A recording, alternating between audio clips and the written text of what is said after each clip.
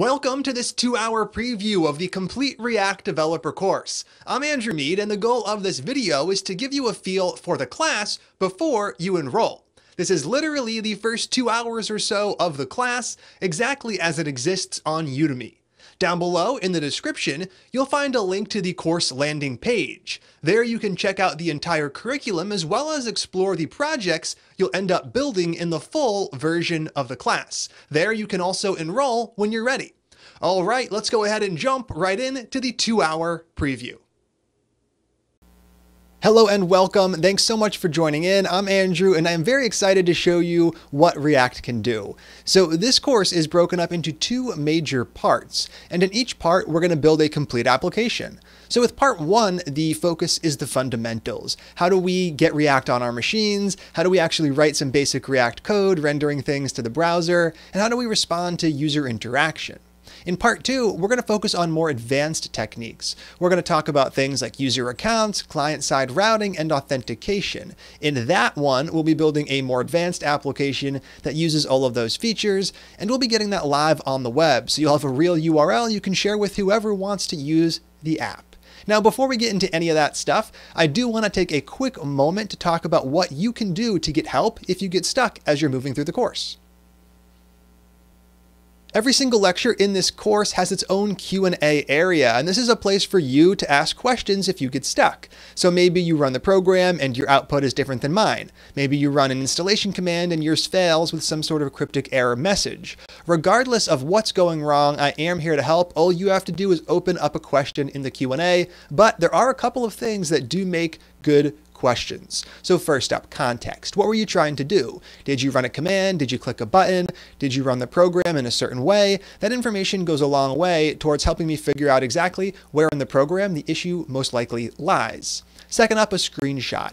If you are getting any sort of strange output or an error message, a screenshot makes it really easy for me to see exactly what's going wrong. And last up is the project code itself. So if you are running into an issue where your project isn't working as mine does, that's perfectly fine. But in order to recreate that and figure out what's going wrong, I am going to need access to a zip of the code. So I always recommend students just zip up their project, upload it to something like Google Drive or Dropbox, and then include a publicly shareable link in the question. So let's go ahead and jump right into the next video where we're going to talk a little bit about why you should actually learn React. In this video, I want to answer a single question, which is why should I learn React? We all have a limited amount of time to learn new skills, and it seems like new libraries and tools are coming out every single day. So before we do invest in something like React, it's important to know that the time we're putting into learning it is going to be worth it, that it's a skill set that's actually valuable. So in this video, I want to talk about 3 main reasons why I think you should learn React. The first has to do with its learning curve, which is basically non-existent. Second up is going to be the community, and third up is going to be the speed of React itself. So let's start off with the learning curve. The learning curve for React is basically non-existent. So sure, there's obviously things to learn, but we're going to knock those out pretty quick. And you're going to see that after the first dozen or so videos, you'll be pretty comfortable with creating applications using React. And that's good because we want to get productive. We want to start building real-world, meaningful applications. What we don't want to do is spend a ton of time relearning how to do basic things in some new framework. That is not what React is. React builds off of what you already know, JavaScript. It adds in a few enhancements, things like JSX, and this is going to allow you to get super productive super quickly, so we'll be able to build those real-world, meaningful, production-ready applications. The next reason why you should learn React, and in my opinion the most overlooked, is the community. React has one of the best communities out there. Now this is super important because a good tool with a bad community equals a bad developer experience. When you have a good tool and a great community, it's a great developer experience. So if you have questions, Stack Overflow has answers because there's a community of people who actually use this tool. If you want to get something done in your application, there's probably already a third-party open source library that does that. So so you don't have to waste time building up really core things that aren't specific to your app. We have huge companies like Facebook, Netflix, Uber, Walmart. They're all making heavy investments in React and the ecosystem, and it's getting better every single day. That means when someone like you comes into it, you have answers to all of your common questions. You have libraries that can get those common things done, like date pickers, and this allows you, once again, to be really productive really early on. The last reason why you should learn React is because of the React library itself. So at the core of React is the idea of a component, and a component is just a piece of your user interface. Render 5 or 6 components to the screen and you have a complete website. This component-based architecture makes building bigger production apps easy, because you take your big app and you break it up into a bunch of little pieces. These little pieces are reusable, they're easy to build, they're easy to debug, and they're easy to test. All things which we're going to be doing. Now, React renders and re-renders your application really quickly. So as your JavaScript data changes, you can automatically show the latest data to the user, and the algorithms that React use to get that done, they're really fast, and we'll learn more about those in the course. So those are a few of the big reasons why I think you should learn React. Small learning curve, great community, super awesome library. If you are as excited as I am, we're going to jump into the next section where we're going to take just a few minutes to set up your machine for the rest of the course. Then we'll start writing some React code. The first video for every section is a section introduction, so just 30 or 45 seconds describing exactly what you're going to learn and how that's going to help us achieve the bigger goal of building real-world React apps. So here's an example. In this section, you're going to learn how to set up your machine to work with React. So there are a few things we have to install and configure, and once we have those in place, we'll actually be ready to write React code. So let's go ahead and jump right in and set up your machine for the rest of the course. In this video, we're going to make sure that you have a text editor set up. Now, the basics of JavaScript, it was a prerequisite for this course. So you've probably written code before, and you most likely have a text editor that you're already enjoying and have configured to fit your needs. Maybe you're using Sublime Text, Brackets, Text Wrangler, WebStorm, Atom, or Visual Studio Code, or one of any number of countless text editors out there. The only purpose for this video is for me to show you Visual Studio Code. You can learn more about it at code.visualstudio.com. Visual Studio Code is a free open source text editor released by Microsoft, and when I first heard the name, I got flashbacks to those drag and drop GUIs, but it really is a fantastic tool. Aside from being free and open source, it's also available on all operating systems. So whether you're on Mac, Windows, or Linux, you're going to be able to install it and configure it exactly as I have mine configured. So we'll be looking at various settings we can set and various plugins that are going to make working with React just a little bit easier. Now, you by no means need to switch to Visual Studio Code. If you already have an editor that you know how to customize and configure, you can stick with that. But if you're not crazy about your editor or you're looking for a more integrated experience, I highly recommend downloading VSC and using it throughout the course. It's the editor that I'm going to be using in every single video. So go ahead, download this, install it, crack it open, and in the next video, we just have one more thing we need to install, and then we're going to dive right into React. Now that you have your text editor all set up, in this one, we have one more thing to do. We have to install two tools, Node.js and Yarn, two tools that we're going to be using extensively throughout the course. The first one, Node, we can find at nodejs.org. And the second one, Yarn, we can find at yarn.pkg.com.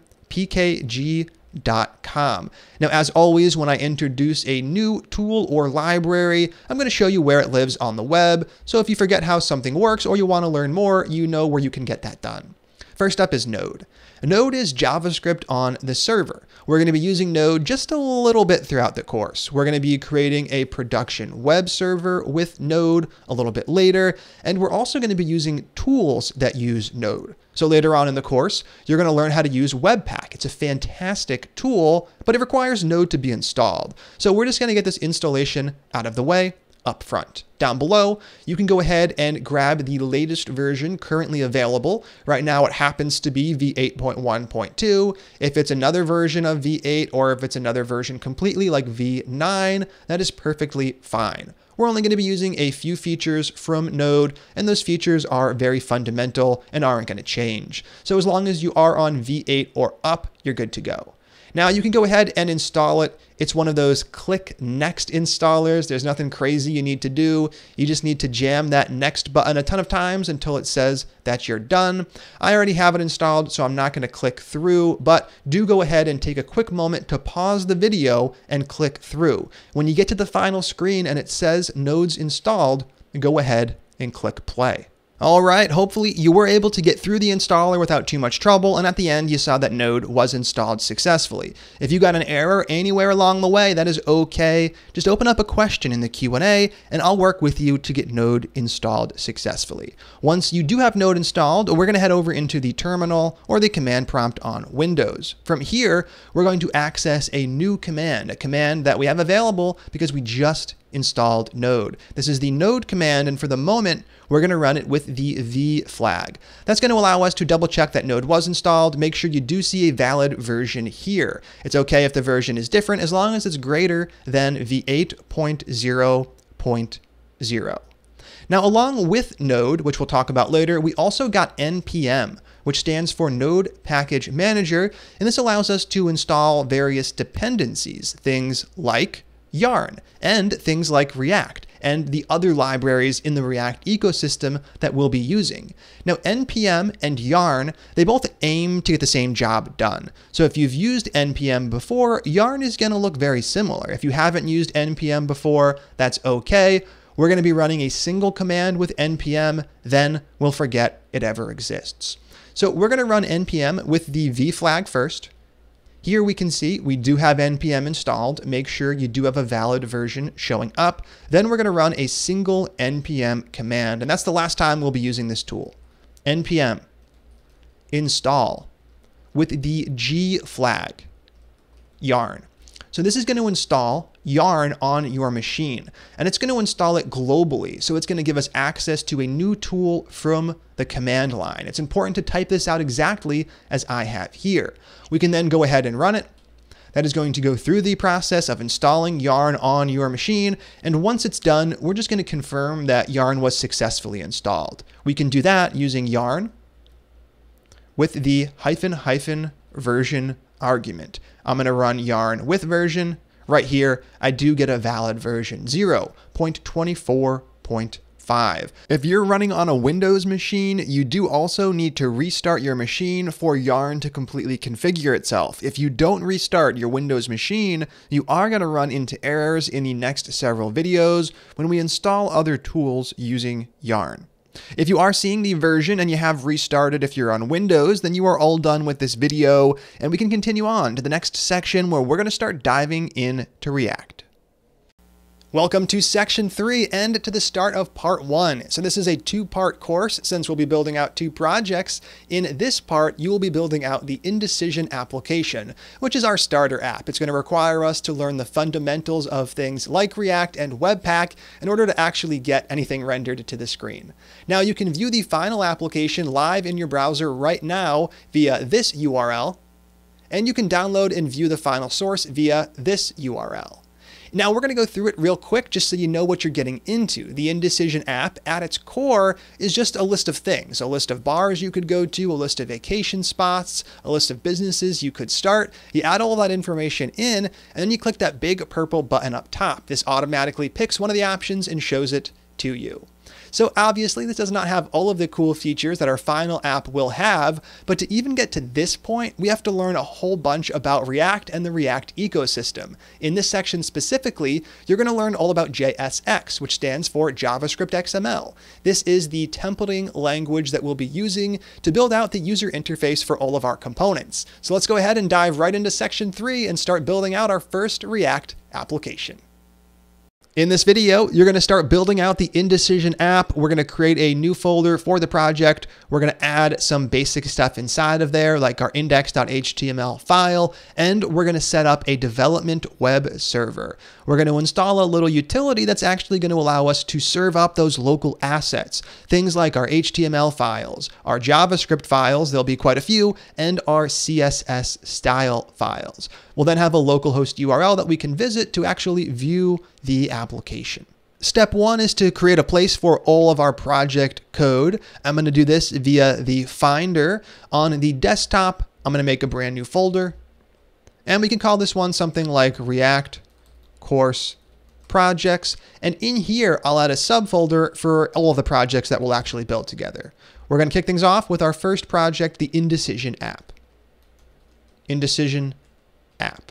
This is where all of the code for the Indecision app is going to live. It's the folder that we're going to run commands from in the command line, and it's the folder that we're going to crack open inside of our editor.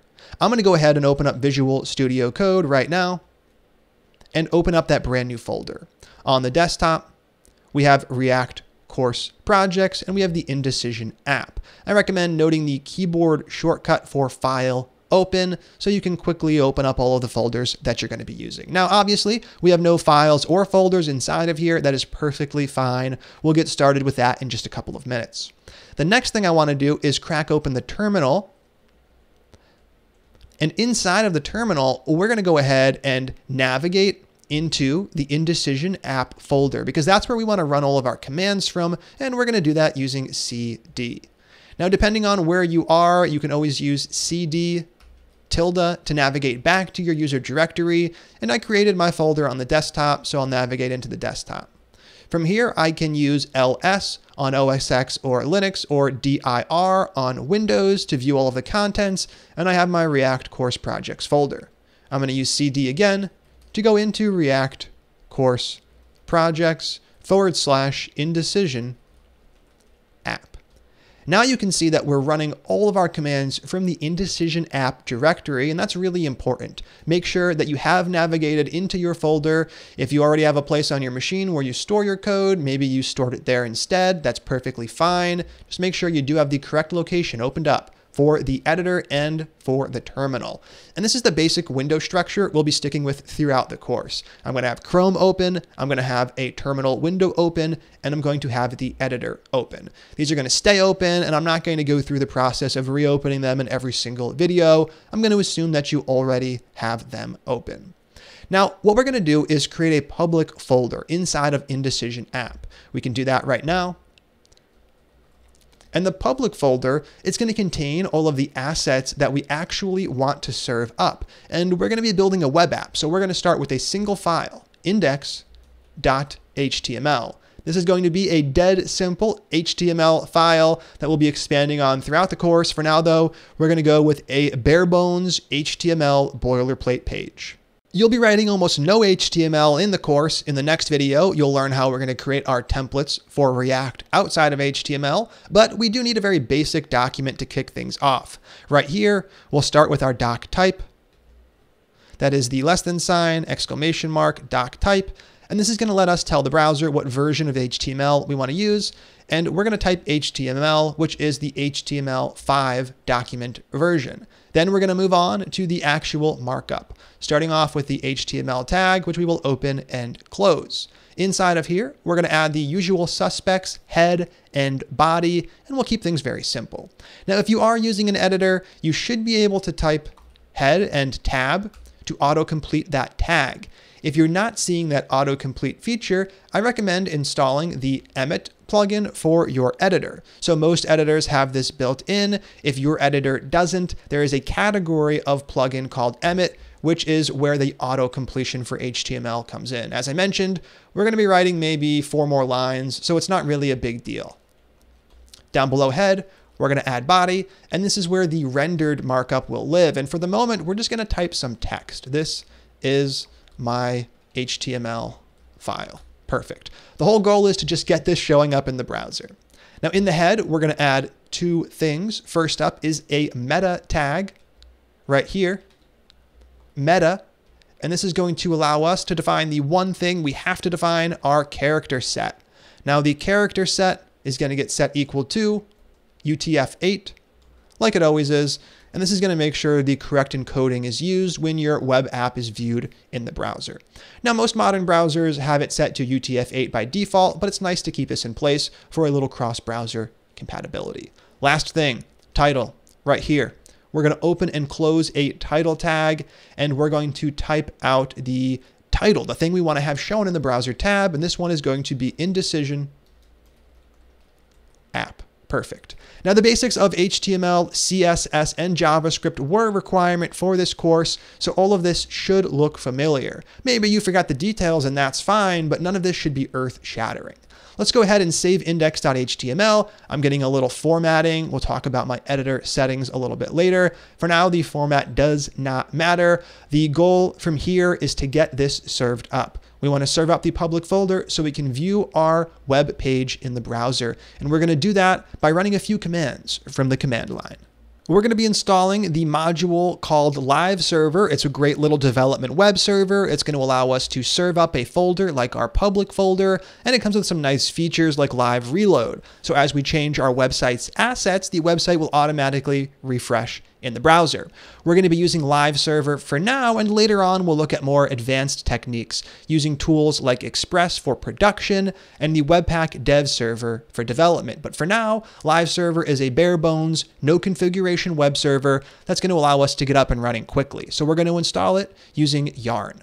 Now, we're going to be installing something globally. So you remember we installed Yarn with npm and we used that G flag. What we're going to do here is very similar. So the goal is to install a tool that we're going to be able to access from the command line. So we're going to use Yarn global add followed by the module name. This one is called live-server. This is going to install Live Server. Add means install, and it's going to install it globally. We can go ahead and run this command, and that'll give us access to a new command right from the command line. This one is live-server. We can run it with the V flag to make sure it installed correctly. Right here, I have the version installed, Live Server 1.2.0.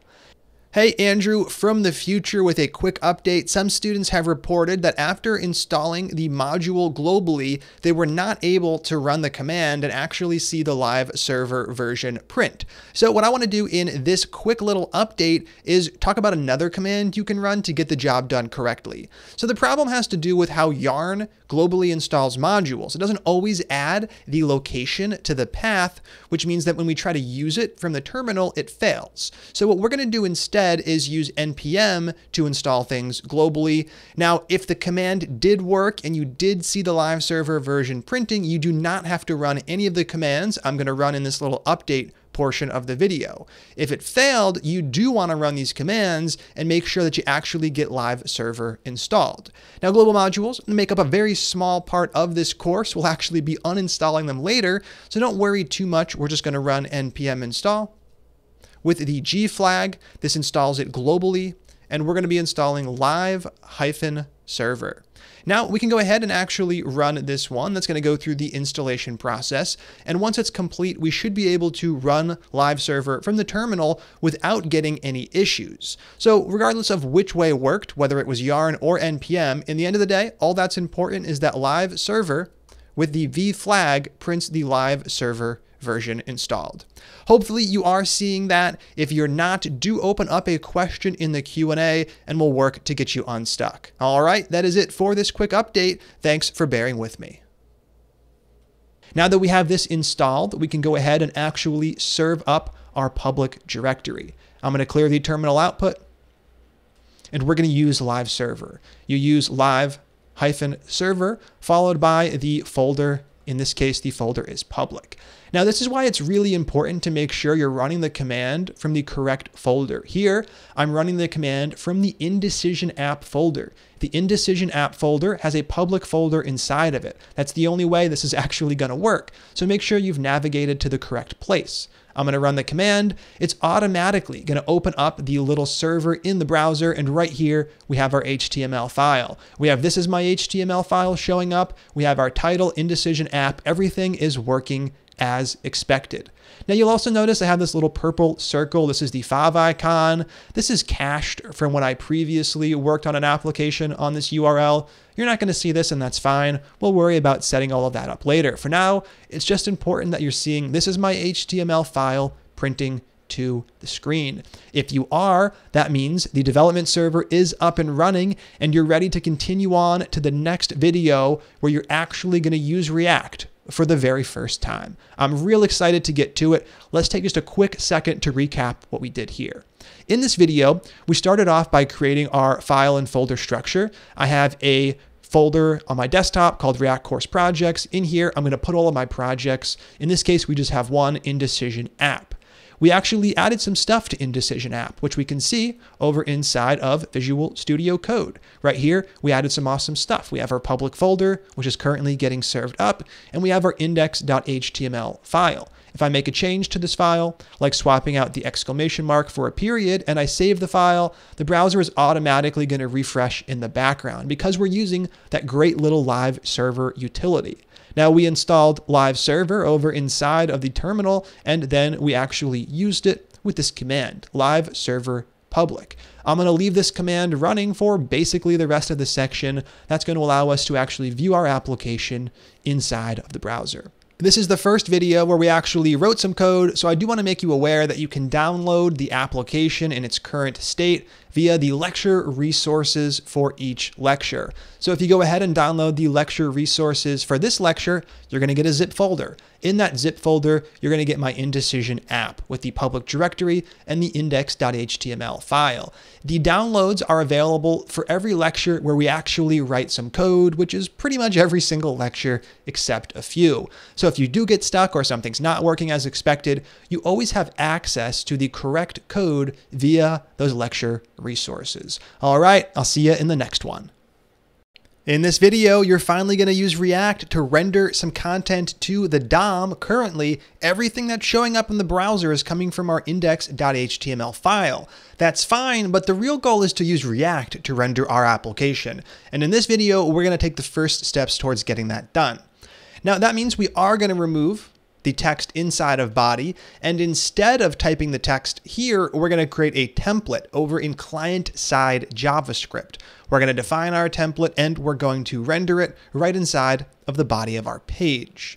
Now to kick things off, what I'd like to do is install React, and we're going to do this via a CDN. So I'm going to include a script tag, and that script tag, that is going to load in the React library. Don't worry, later on in the course, you are going to learn how to use Webpack to load in React, React DOM, React Router, Redux, and all of the awesome dependencies that we're going to cover. For the moment, we're just going to use a script tag that's going to allow us to explore React without diving into a ton of configuration. So right here, we're going to create that script tag, and we are going to define the only attribute we need to define, the source. And we're actually going to be loading in two libraries. React comes first. So right here, I have a CDN picked out for us already.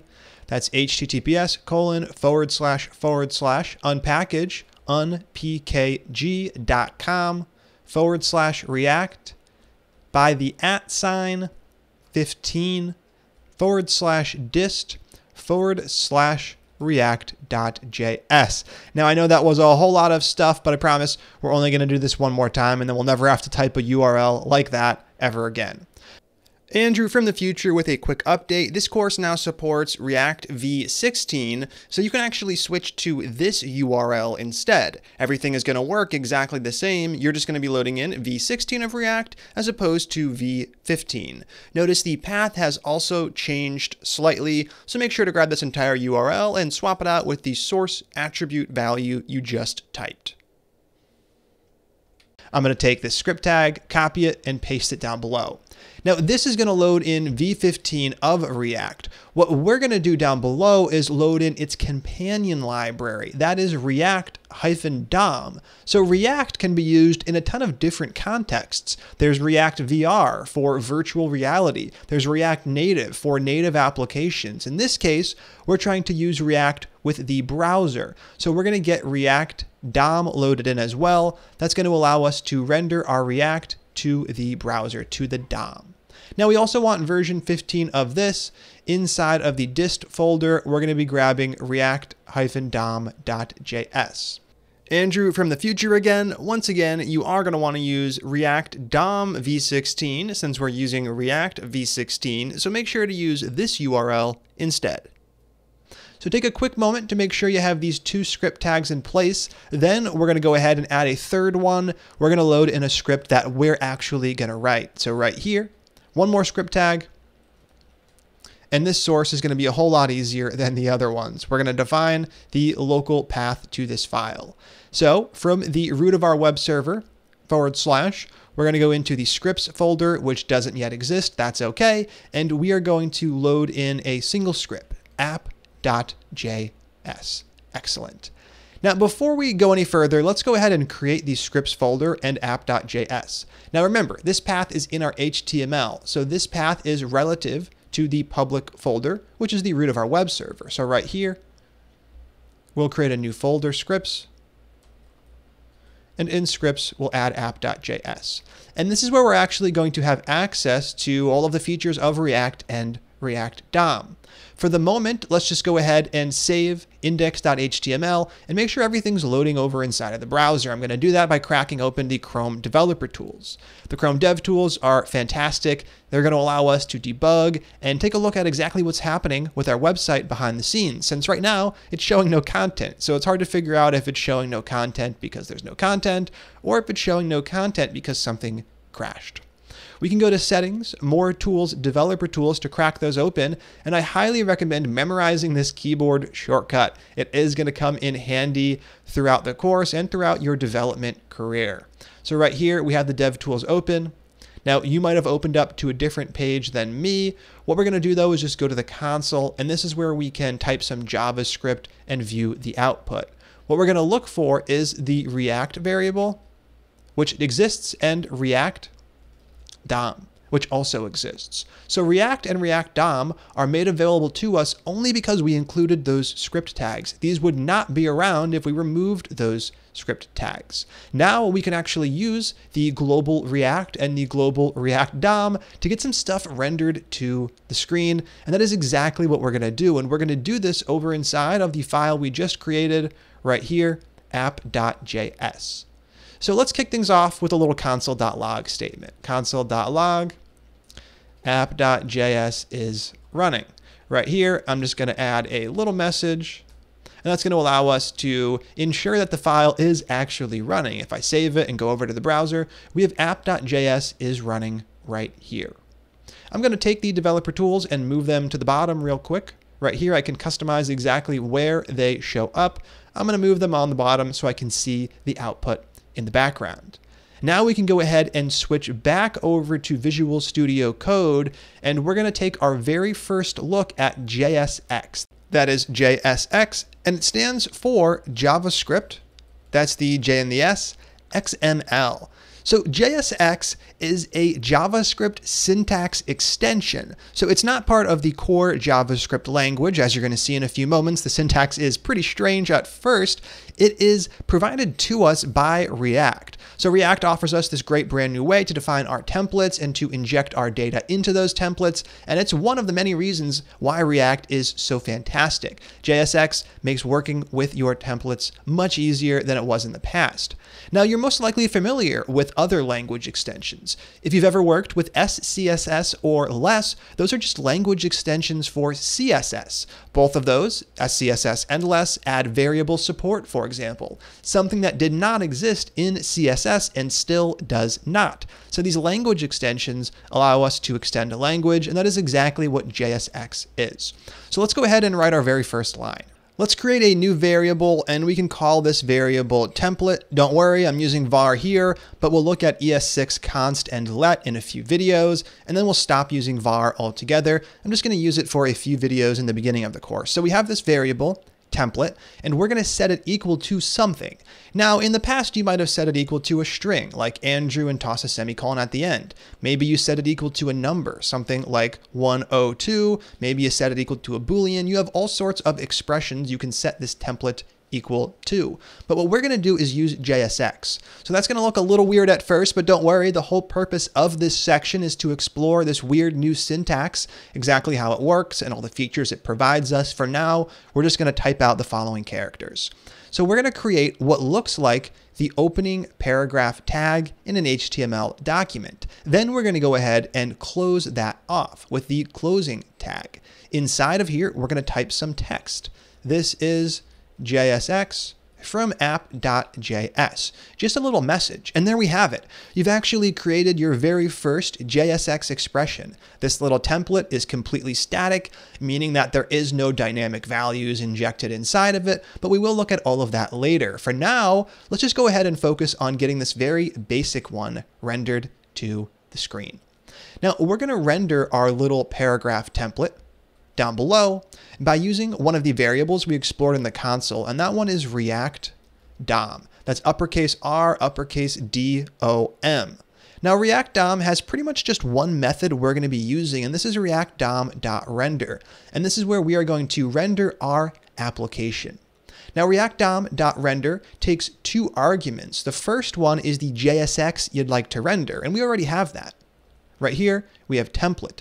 And the second one is the DOM element, where you would like to render it. And we're actually going to create a new div in index.html just for this purpose. So right here inside of body, before all of our script tags, we can make a new div, and we're going to give it an ID, a unique identifier of app. And there we have it. This is basically the final version of our HTML file, even though clearly we have about 3 sections of coding before the app is complete. Almost nothing else is going to happen inside of this file. Now we have our div and we have an ID on that div. We have a unique way to access it. So let's go ahead and actually access it. And we need to pass it in as the second argument to React DOM.render. We can break this out into its own variable up above, another var, and we'll call this one something like approot. And we'll set it equal to, and right here, we're going to use the document API to fetch that element. If you remember, that is document dot. And here we have options. We're going to be using get element by ID. We want to fetch an element by its ID, and we gave the div the ID of app. So right here, inside of quotes, we're going to pass in app. Now we have access to approot, and that is the second and final argument to React DOM.render. Right here, approot. And there we have it. We have our very own little React application. We create a very simple template that we don't understand and know nothing about. Then we fetch our element, and finally we try to render it to the screen. Now, let's go ahead and save the file, but be prepared for a bit of disappointment. I'm going to save the file, the browser is going to refresh, and right here we can actually see we're getting an error in the console, and our template is definitely not showing up. Uncaught syntax error, unexpected token, and there we have the less than character. And we can actually click this link to go right over to the place in our source code that's causing the error. And you can see it's clearly where we define our template. Right here, we have our JSX expression, and Chrome and any other browser, it doesn't know what to do with this. It's not part of the JavaScript language. It's an extension. So what we have to do is figure out how we're going to solve this problem. But we're actually going to solve this problem by taking our code with JSX and compiling it down into regular, boring old JavaScript. Now, if you've ever used one of those CSS extensions I mentioned, you know that you write your less code or you write your SCSS code, but in the end of the day, you're still compiling down to regular old CSS that the browser actually understands. That's exactly what we're going to do. We're going to continue to write code like this throughout the course, but we're actually going to have it compiled down into code that looks nothing like this, and that's what the browser is going to run, because that's what the browser understands. And we're going to do all of this using a tool called Babel. We can look at Babel by going over to babeljs.io. Babel is a fantastic tool. You're going to hear about Babel over and over again in this course. And as soon as you finish this course and move on and you go out and explore and create your own things, you're going to hear about Babel over and over again. Babel is a fantastic tool. It is a JavaScript compiler. Now, the most common use case for Babel is taking features from ES6 and ES7 and compiling them down into ES5 code. So imagine a brand new cool feature comes out in JavaScript, but you have an app that needs to support an old version of IE, for example, maybe IE 9 or 10. IE 9 or 10, they are never going to add a cool new feature like arrow functions, for example. But with Babel, we can write that new code using those new techniques. But in the end of the day, it's ES5 code that's running inside of the browser. So we're going to be using Babel to do the same thing with our ES6 and ES7 code. And we're also going to use Babel to compile our JSX down into boring old ES5 JavaScript. To take a look at this, we can head over to the Try It Out page. The Try It Out page lets us type our code on the left and view the Babel output on the right. You actually can't change this code over here, and you can see that by default we're running in strict mode. We can, however, change the code on the left-hand side. We can, for example, use console.log to log a little message, test. Now it's not actually going to log this anywhere, but it is going to show the Babel output code. This is the code that would actually run, and clearly nothing's changed. Console.log is a feature your browser does indeed understand. Babel does not need to convert this in any way for it to work. Now let's go ahead and actually type some JSX. So we're going to type out that exact same line we have over inside of our app.js file. We made a variable, template, then we set this equal to a JSX expression. We opened a p tag, we closed a p tag, and we typed some text inside. This is JSX from app.js.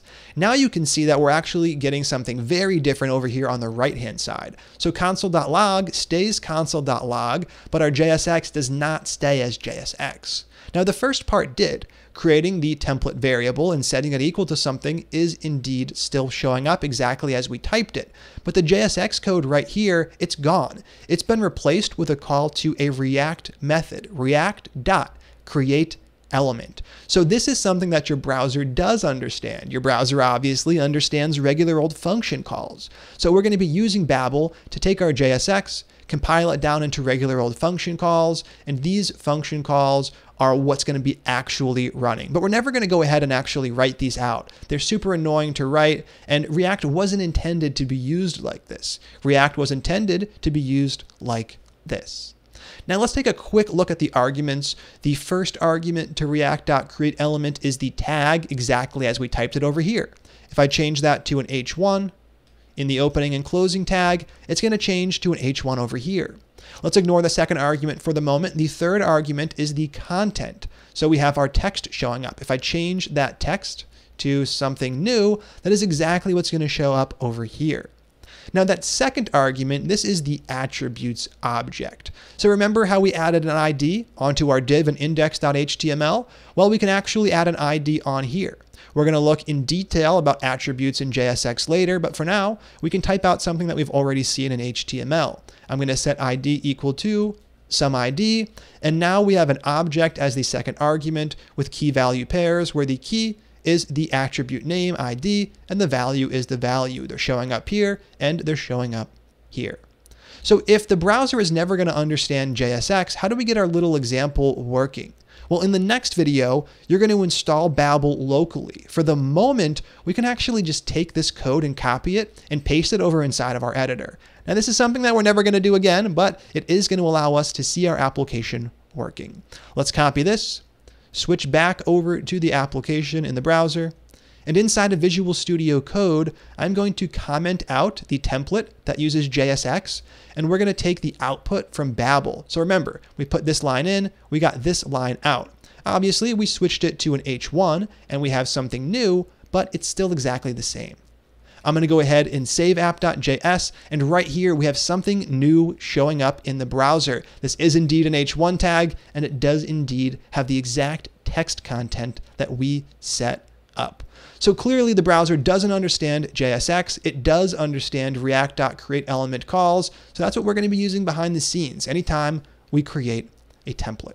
Now, this is one of those videos that actually creates more questions than it answers. What exactly is this JSX syntax? How do we do more useful things with it, like create more complex templates? What exactly comes back from react.createElement? We're going to answer all of those questions and more in this section. For now, though, we have successfully gotten a little application showing up. In the next video, you're going to install Babel locally on your machine. So we'll be able to write this code, but have this code run in the browser. And that's what's really going to allow us to get productive with React.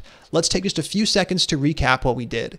In this video, we loaded in React and its companion library, React DOM, via script tags. Later on, we'll be loading them in via a different technique using Webpack. Down below, we went ahead and also loaded in a script that we created in the scripts app.js file. This script is very simple. We log a little message, and then we defined some JSX. Now, obviously, the real code that's running is the compiled version. We then have our element selected. This is where we want to put that template. And finally, we use react DOM.render to say we want to render this template in this element in the browser. And that is exactly what happens. Our H1 shows up, and it shows up right inside of our div. We can actually use the Elements panel to prove that. I'm going to use escape to toggle the console closed. Right here we have our div. Inside of the div, we have our H1. Everything shows up correctly. Let's go ahead and continue on to the next video where we're going to automate that process so we can really start creating some cool and useful JSX templates. I'm real excited to get to it. In this video, you're going to be installing and setting up Babel locally. That's going to allow you to write JSX in your editor. It'll automatically get compiled down to react.createElement method calls, and then we'll be able to view the output instantly. So as we change our JSX, we'll be able to see those changes. We're not going to have to do any manual copying and pasting like we had to do in the last video just to get this very simple example up and running. That also means we're not going to have any code like this inside of our project. This sort of code is going to be compiled. So we'll be maintaining this code, and this code will be the code that actually runs behind the scenes. Now, it's important to note that Babel on its own, it actually has no functionality. Babel is a compiler, but it's not going to compile anything by default. We have to add various plugins and presets in order to get any sort of change in our code. For example, in order to take JSX and convert it into createElement calls. Now, there are actually presets running on this page. By default, Babel shows us what our code would look like if we used the ES 2015 preset and the React preset. Now, a preset is just a group of plugins, and we're going to explore all of that in just a second. For now, all we need to know is that if we remove React right here, we're going to get an error. Babel is trying to look at this code, it is not recognizing it, and it actually is crashing. When we include React, everything works as expected. So what we need to do is include the React preset locally when we use Babel, and that's going to take our JSX and it is going to convert it over into createElement calls that browsers actually understand. Now, we can learn more about all of this stuff over on the Docs plugins page. The Docs plugins page includes various presets and plugins that are available to you, things you do not need to do anything with except install. So down below, we have the official presets. We're going to be using two. First up, React. That's what's going to allow us to use JSX inside of our code. And if we click the React preset, we can view all of the plugins that are part of it. Now, we're never going to install individual plugins because it gets pretty out of hand pretty quick. Instead, we're going to use these presets, and the presets are going to have everything we need. Here, we have all of the plugins we need to actually convert that JSX. Now, if we go back real quick, we're also going to be using the env preset, which includes these three guys right here. This is going to give us access to all of those ES6 and ES7 features that we've come to know and love. So when we include the env preset, we're going to get things like const, we're going to get things like arrow functions, we're going to get things like the rest and spread operators, all of which we'll be covering later in the course. So all we're going to do is install three things. We're going to install Babel itself. We're going to install the env preset, and we're going to install the React preset. That'll give us all of the functionality we need for now. We're going to do all of that inside of the terminal by running a couple of long commands. Over here, we can go ahead and shut down the live server. I'm going to use Control-C to do that, clear the terminal output, and now we're going to install those three things. First up, we're going to install a global dependency using yarn global add. We'll talk about local dependencies in a little bit. And this one is called Babel-CLI. This gives us access to a command line interface to use the Babel compiler, but it does not come with any of those features. For example, ES6, ES7, or JSX support. So we're going to install this, and we're going to install a specific version that is at 6.24.1. And if you've taken any of my courses before, you know I always use specific versions, so the code you're running is the same as the code I'm running. This is Andrew from the future. Once again, if the global installation command failed when using yarn 2 videos ago, it's going to fail again, so you'll just use the npm install command here. That is npm install with the G flag to install it globally. Still the same module, Babel-CLI at 6.24.1. You can go ahead and run that command, and that is the last global installation we'll be doing in the course, so there's no need to worry about these update videos from here on out. Go ahead and run this, and then you should be able to continue on with the rest of the video. If you run into any issues at all, just open up a question in the Q&A, and I'll get back to you right away. I'm going to go ahead and install Babel CLI, and that's going to give us access to a new command. This one is called Babel. We can run Babel --help. This should print out a ton of output like you're seeing here. And if you are seeing this, that means Babel was successfully installed. If you're seeing an error like Babel command not found, that means something went wrong. Feel free to reach out in the Q&A. But if you are seeing this, step 1 has been successfully completed. Let's go ahead and clear the output. And now we're going to install those presets, React and env. These two dependencies are going to be installed locally in our project. So these presets, they don't give us access to any command like React or env. Instead, we just need their code to live in our project. So Babel CLI can take advantage of it and actually use it to transform our JSX into those create element calls. First up, we're going to use yarn init. Yarn init sets up our project to use yarn. That's going to allow us to specify those local dependencies. If you've used npm before, yarn init is exactly the same as npm. It's going to walk us through a series of questions. It's going to ask for information like an app name. It's going to provide a potential default in parentheses, although you could always override that by writing your own. I'm going to leave it as the default, which is just grabbing from the folder name. I'm going to hit enter and move on to the next one, which is the version. We can use the default 1.0.0. We can leave the description empty. We don't actually need any of these values for our project. Same thing is true with entry point. No need to customize that. We're not going to be using it. And we're not going to be setting up any sort of repository system just yet, although later we will look at how we can integrate our React projects with GitHub. Down below, we have author. If we want to, we could type something in like Andrew Mead or your name, but it's by no means required. And finally, the license. When we get to the end, all this does is it generates a brand new file in our project. And we can check that out by going over to project in Visual Studio Code. Right here, we have a brand new package.json file. We could have created this file and typed things out like this. The yarn init command just makes it a little easier to get set up. And you see all the key value pairs we just specified over inside of the command line. Now, the whole point of package.json for our purposes is to outline all of the dependencies that our project needs in order to run. That's going to make it really easy to install everything. Now we're going to go ahead and specify our very first dependencies by running yarn add from the command line, but this time we're going to leave off that global keyword. I'm going to clear the terminal output, and right here we're going to use yarn add. Now we want to install those two presets we talked about. Let's grab the React one first. That name is Babel preset React, and we're going to lock in a specific version that is at 6.24.1, and this is going to allow us to install that dependency.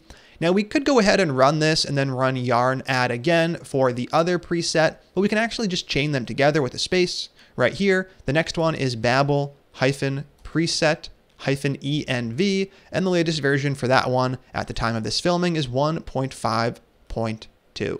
Now we can go ahead and actually install both of these dependencies, and what's happening now is very different from what happens when we install a global yarn dependency.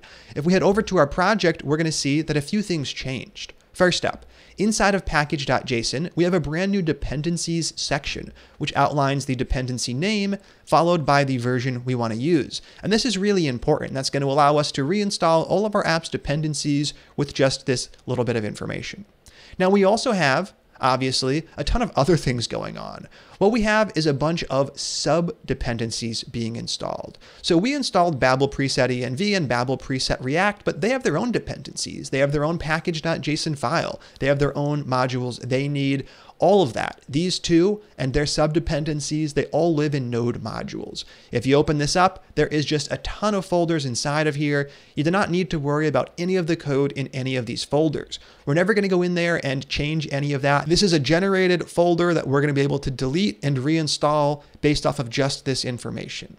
Now we also have one more thing that happened when we ran that command. We have a yarn.lock file. Yarn lock is once again something we're not going to manually change, just like Node modules, but it is worth cracking open. Now right up top, we can see this is an auto-generated file. Do not edit this file directly. And this just lists out all of those dependencies that we saw in Node modules. It contains the specific version numbers that are used, and it also shows exactly where it got that package. And this is pretty useful for Yarn behind the scenes. It makes sure that the code we're downloading is actually what it's supposed to be, and that also prevents any sort of issues. If libraries break, we can make sure that we're always using the specific version we specified. This is going to allow us to always resolve the exact same dependencies, regardless of whether we're installing this locally, on production, on a different machine, or anywhere else. So once again, yarn lock, don't change it. It's going to change automatically as we install our dependencies. Now we can go ahead and shut that down, and we can actually use Babel. So the whole goal is to create a file that we change, and then we're going to have another file get generated with the compiled code. So we're going to do this by creating a new folder in the root of the project. This folder is going to be called source, and this is where we're going to type out all of the React that's going to make up the Indecision application. Right here, we're going to add a single file for the moment, app.js. So app.js in the source folder, that's going to contain our JSX. App.js in the scripts folder is going to be an auto-generated file that contains this stuff, as well as all of the other Babel transformations. So what I would like to do is take all of this code and cut it out of this file. This file is going to be useless for our purposes, and we're going to save it and paste it over here. Now we're going to remove that create element method call. We're going to uncomment our JSX code, and this is exactly what we're going to end up running. So real quickly, once again, this file is going to get compiled, saved here, and that is what our index.html file is actually going to use. We're never going to manually change app.js in the scripts folder. That's going to change for us when we run the command. Now we can actually go ahead and run our very first Babel command. First up, let's clear that terminal output. And right here, we're going to start off with Babel. Now we're going to be typing out quite a few arguments, so bear with me for the moment. Right here, we start off by specifying the path to our code, the code we want to compile. In this case, it lives in the source folder, and the file after the / is called app.js. Next up, we specify the output file. That's the one in the public scripts folder, and we have to use --out file in order to specify that. I'm going to set it equal to public /scripts /app.js. So by running this command, we're going to be overriding this file. That's why we're never actually going to change it, because those changes are just going to go away the next time we run Babel. Now from here, we do have to specify one more argument. This is the presets we want to use. Right here, --presets. Now presets is going to get set equal to a comma separated list of the presets we want to use, and we have two. First up, env, comma, second up, React. And that's it. This is all we need to do to take our JSX and all of our ES6 code and compile it down into something the browser understands. So let's go ahead and actually run this and see what happens. Right here, everything seemed to go well. There is no error output. And if I head over inside of Visual Studio Code, you can see that app.js in source didn't change at all. And that's expected. Running Babel is never going to change the code that we write. It is, however, going to change the code in app.js. Over here, you can see exactly what we might expect. We have the React create element call showing up instead of our JSX. And this is not because we had it before. We deleted this file and we saved it. All of this was generated because we ran that Babel command from the command line. Now we can actually rerun that previous command using the up arrow key, but we can tack on another argument, --watch. This is going to watch our source app.js file for changes and automatically create a new public scripts app.js file every time a change is detected. When we run this, we can now leave it running in the background. And as we go ahead and change app.js in the source folder, it'll change this file. So let's make a quick change. I'm going to change this text. Does this change? I'm going to save the file, head over to the scripts file in the public scripts folder, and right away you can see it's already there. So Babel saw that change. In the background, it reran and it regenerated this. Now we're going to leave this command running for the moment, and I'm going to open up a second terminal tab. You can also open up a second terminal window if you like, and we're going to go ahead and start up live server here. So I'm going to clear the output, And I'm already in the Indecision app folder. You should have also auto defaulted there. If you didn't, take a moment to change directories into it. And from here, we're just going to start up live server exactly as we did before. Live server, and we want to serve up the public folder. Now this is automatically going to open up our web app in the browser. And right here, did this change is showing up. We could also go over here and just refresh this tab. Instead of having 2 tabs open, we'll just keep this one open. And there we have it. We have our code compiled automatically by Babel, and everything is rendering to the browser as expected. Now that means if we head back into Visual Studio Code, we can actually start getting productive. We don't need to keep this file open, and we can start writing stuff over here. For example, I can change this to an H1 and add my app title, Indecision app, save the file, and in real time, that's going to show up in the browser. It shows up as an H1 tag, and it went through that entire process. So Babel saw the change. It compiled a new version of app.js in the scripts folder. We can see our changes are reflected right here. Then Live Server saw that this file changed, and it refreshed the browser, and all of that gives us a really nice workflow. Now this workflow required us to install some local dependencies, so I do want to make a quick note about the node modules folder. As I mentioned, this is a generated folder, and I'm actually not going to include it with any of the zip downloads, any of those lecture resources for the rest of the course. Node modules is going to look a little different depending on the specific NPM or Yarn version, and it's also going to look different depending on the operating system you're using, whether you're on Windows, Mac, or Linux. So it's important to always generate this on the machine you're running the project on. So if we delete this folder, which is exactly what you're going to see if you download one of the resources, we can always get it back by running a single command from the command line. It is going to go through package.json. It is going to reinstall all of these dependencies, and node modules will look exactly the same. So to reinstall things, we are going to run a command from the terminal. I'm going to switch back to that first tab and shut it down. And if I actually try to restart it, it's going to fail. Here it's seeing that we cannot find the env preset. That's because we deleted the node modules folder where that code lived. So let's go ahead and fix that by reinstalling all of the dependencies. I'm going to clear the output, and we're going to use yarn install. This is going to look through package.json and install all of the dependencies, recreating the node modules folder. Now we have our node modules folder back once again, and if we rerun that Babel command, cycling through our previous commands with the up key, then hitting enter, we're going to see that everything is once again working as expected. So if you do grab a lecture resource, make sure to run yarn install to regenerate node modules before you actually try to run the project. Now that we have an automated workflow all set up, it's time to dive deep into JSX. JSX is a real templating language. We can inject variables inside. We can add click events. We can do all sorts of awesome stuff. That's what we're going to dive into next. I'm very excited to get to it, so stay tuned. I'll see you next time. In this video, you're finally going to take a deeper dive into JSX. We're going to look at how we can create much more complex JSX expressions with multiple elements, nested elements, and dynamic data. So instead of having static text in here, we're going to be able to put whatever we want in there. Maybe it comes from user input. Maybe it comes from the database. Regardless of where it comes from, we want to figure out how we can make dynamic templates. Now, first things first, make sure you do have editor support for JSX. Here you can see I have a little syntax highlighting. This is provided by default by Visual Studio Code. But if you are using Visual Studio Code, there is a single extension I recommend you also install. If you go over to the extensions panel, it's this guy right here, Babel ES6 ES7. This is going to add better editor support for those features we'll be using throughout the course. I do have a few other plugins. None of them are essential. We'll be talking about some of them later. If you are interested, go ahead and install Path IntelliSense. This adds nice auto completion features, but the other ones can be ignored for now.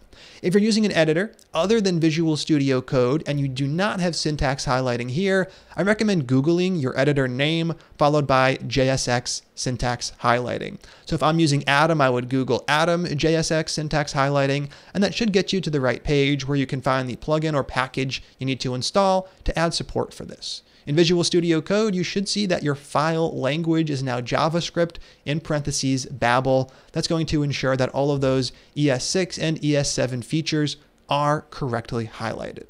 So once you do have the editor set up, we're ready to actually create a more complex expression. And let's just start off with adding another element. So currently we have a single H1.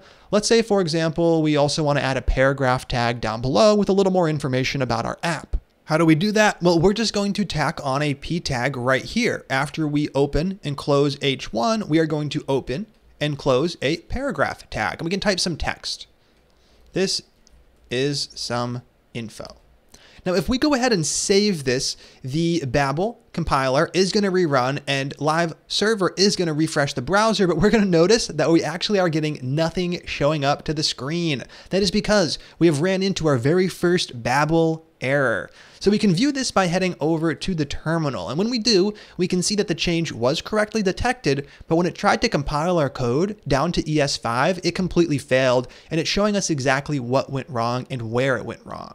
So right here we have our syntax error, and it's coming from the file we just saved, app.js, in the source folder. Here's the error itself. Adjacent JSX elements must be wrapped in an enclosing tag, and it's pointing towards that line where we create our JSX. So this is our first important lesson. When working with JSX, you can only have a single root element. Currently we have two. We have an H1 and a paragraph tag sitting side by side. Now, obviously, we do want to have an H1 and a paragraph tag sitting side by side. We just need a single root element. So we can actually wrap all of this inside of a div that's going to remove the error, and it's going to allow things to correctly render. So let's do that. Right here, before our opening H1 tag, I'm going to open a div tag. And back here, after we close the paragraph, we're going to close that div. So now our two elements, H1 and P, they're wrapped in a div, and this is completely valid JSX. If I save app.js right here, we can see that the change was detected. There is no error printing below, which is fantastic. And if we head over into the browser, we get exactly what we wanted. We have our H1 tag with the correct text, and down below we have our paragraph tag showing up as well. So when we are creating JSX expressions, we can get really complex. We can include a ton of information and nested elements, but we just need to have a single root. So for almost all of the JSX expressions we're going to be creating in this course, we're going to have a single root div, and we'll be calling this the wrapper div because it wraps everything else. It's perfectly valid to have side-by-side elements like this as long as they're not at the very root of your expression. This is completely valid JSX, but if we were to add any more elements or any more text or any more complexity, it would easily run off the side of the screen, and that's not what we want. We want everything to be formatted a little bit nicer so it's a little easier on the eyes. Now we can actually kick things off by just moving things onto their own line. So for example, I can hit enter right here before the H1 opening tag, move that onto its own line. I can also do the same thing for the paragraph tag, and finally the closing div tag, and this is perfectly valid. If I go ahead and save app.js, everything still works as expected. Babel understands this. Now I'd like those divs to line up, so I can actually hit enter right here and indent everything. I can indent everything. This is going to allow everything to line up in a way that looks a little easier on the eyes. And if I save app.js, once again, things are going to refresh. This is perfectly valid. There are no errors. Now, this is what I want. I want those div tags to line up, but I find that this looks a little bit weird. It's a little weird to have the template variable set equal to followed by nothing.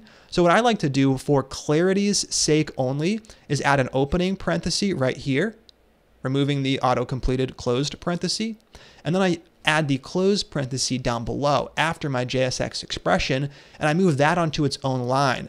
And this is the format I personally find the easiest to read. Now, I didn't invent this formatting style. If you look at the source code for other React projects, you're going to see a setup very similar to this with those wrapping parentheses, the root tags lined up, and all of the other content nested inside. And we don't have to stop here. We could add more complexity to this if we needed to, which we'll be doing extensively throughout the rest of the course. So for example, I could add an ordered list, a numbered list of items. I could open the OL tag and close it, and I can put some individual list items inside. Right here, let's add one, item 1. We can then close that LI, and we can add a second guy down below, opening the list item tag, giving it some text, and then closing the list item tag. If we save app.js, Babel understands this. It is going to compile this down to ES5, and right here, we get the expected output showing up. Now we know that this gets converted into those create element calls, but what happens when we have a complex nested structure like this? Well, we can actually look at app.js to see exactly what's going on. If we crack that open, we can see we just have nested react.createElement calls. So the div has the h1 and the p and the ol, and the ol has two of its own. It has one for each list item. And this is a great reason why you don't write your templates in react.createElement calls. This is basically impossible to read and update. I never want to see this ever again. So let's go ahead and close that file and forget it exists. We're going to be working with JSX instead. And for the very first time in this course, it is challenge time. If you've taken one of my courses before, you know all about challenges. If you haven't, challenges are where I give you a little assignment. I ask you to write some code, make some modifications to the app, and then you go off and you do that. You come back and you watch me go through that same process. So for example, I might say, hey, your challenge is to change this text over to your first name. Take a moment to pause the video, go ahead and make that change, test your work by saving the file, and when you're done, click play.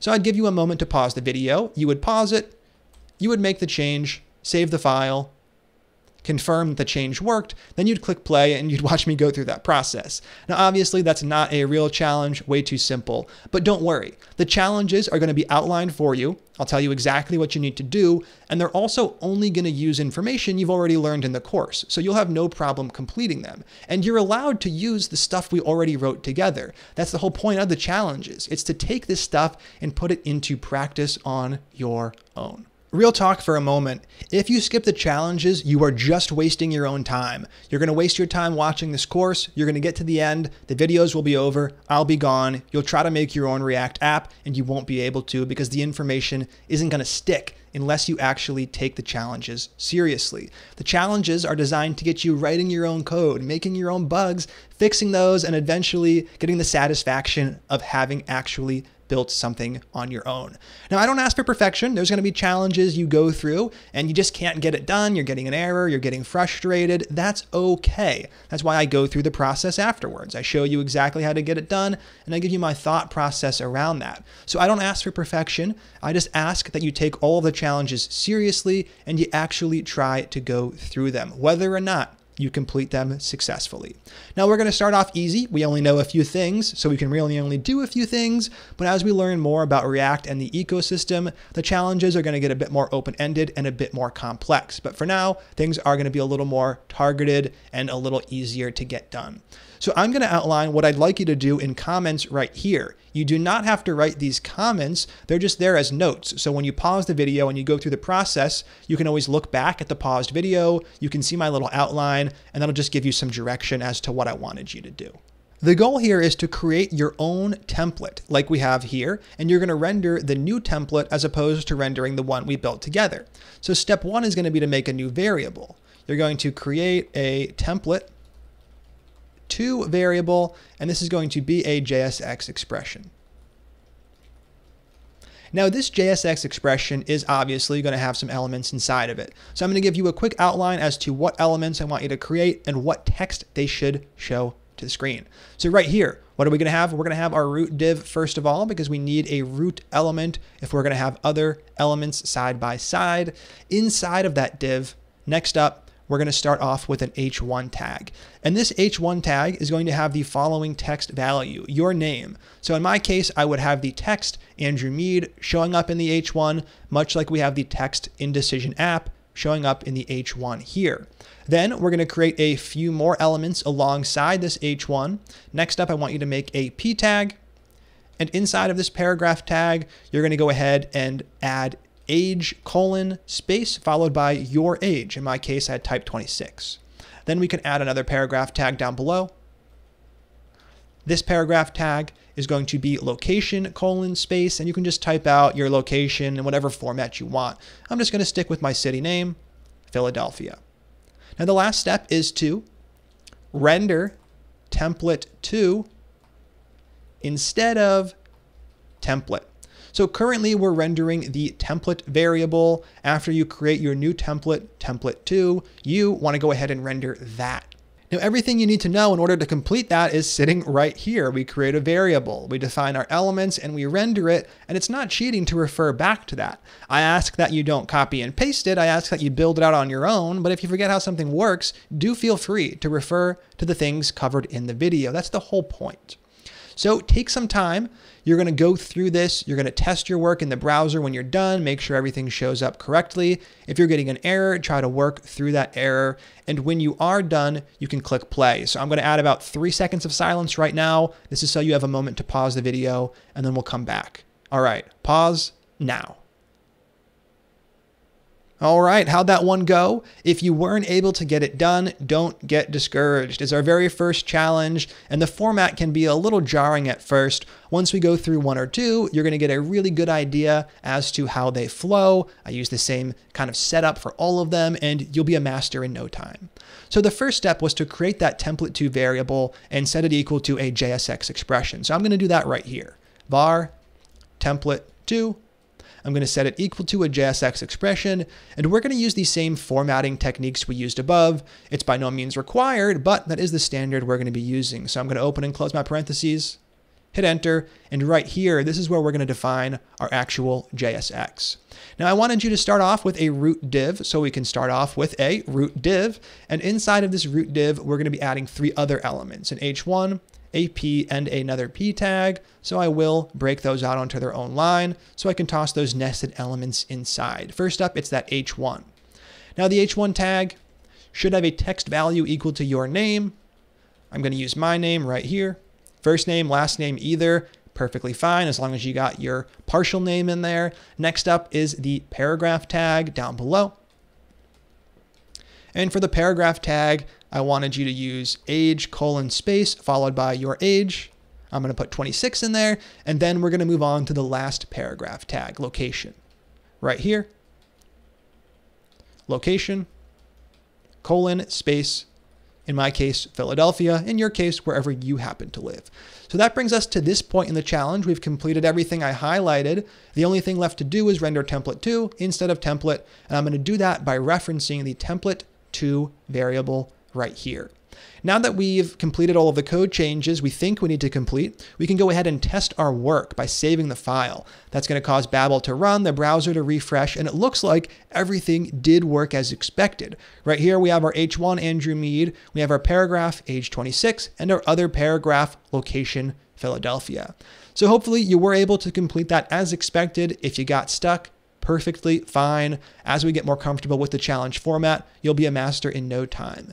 In the next video, we're going to cover how we can inject dynamic data into our templates. And once again, there'll be another challenge requiring you to do that on your own. I'm very excited to get to it, so stay tuned. I'll see you soon.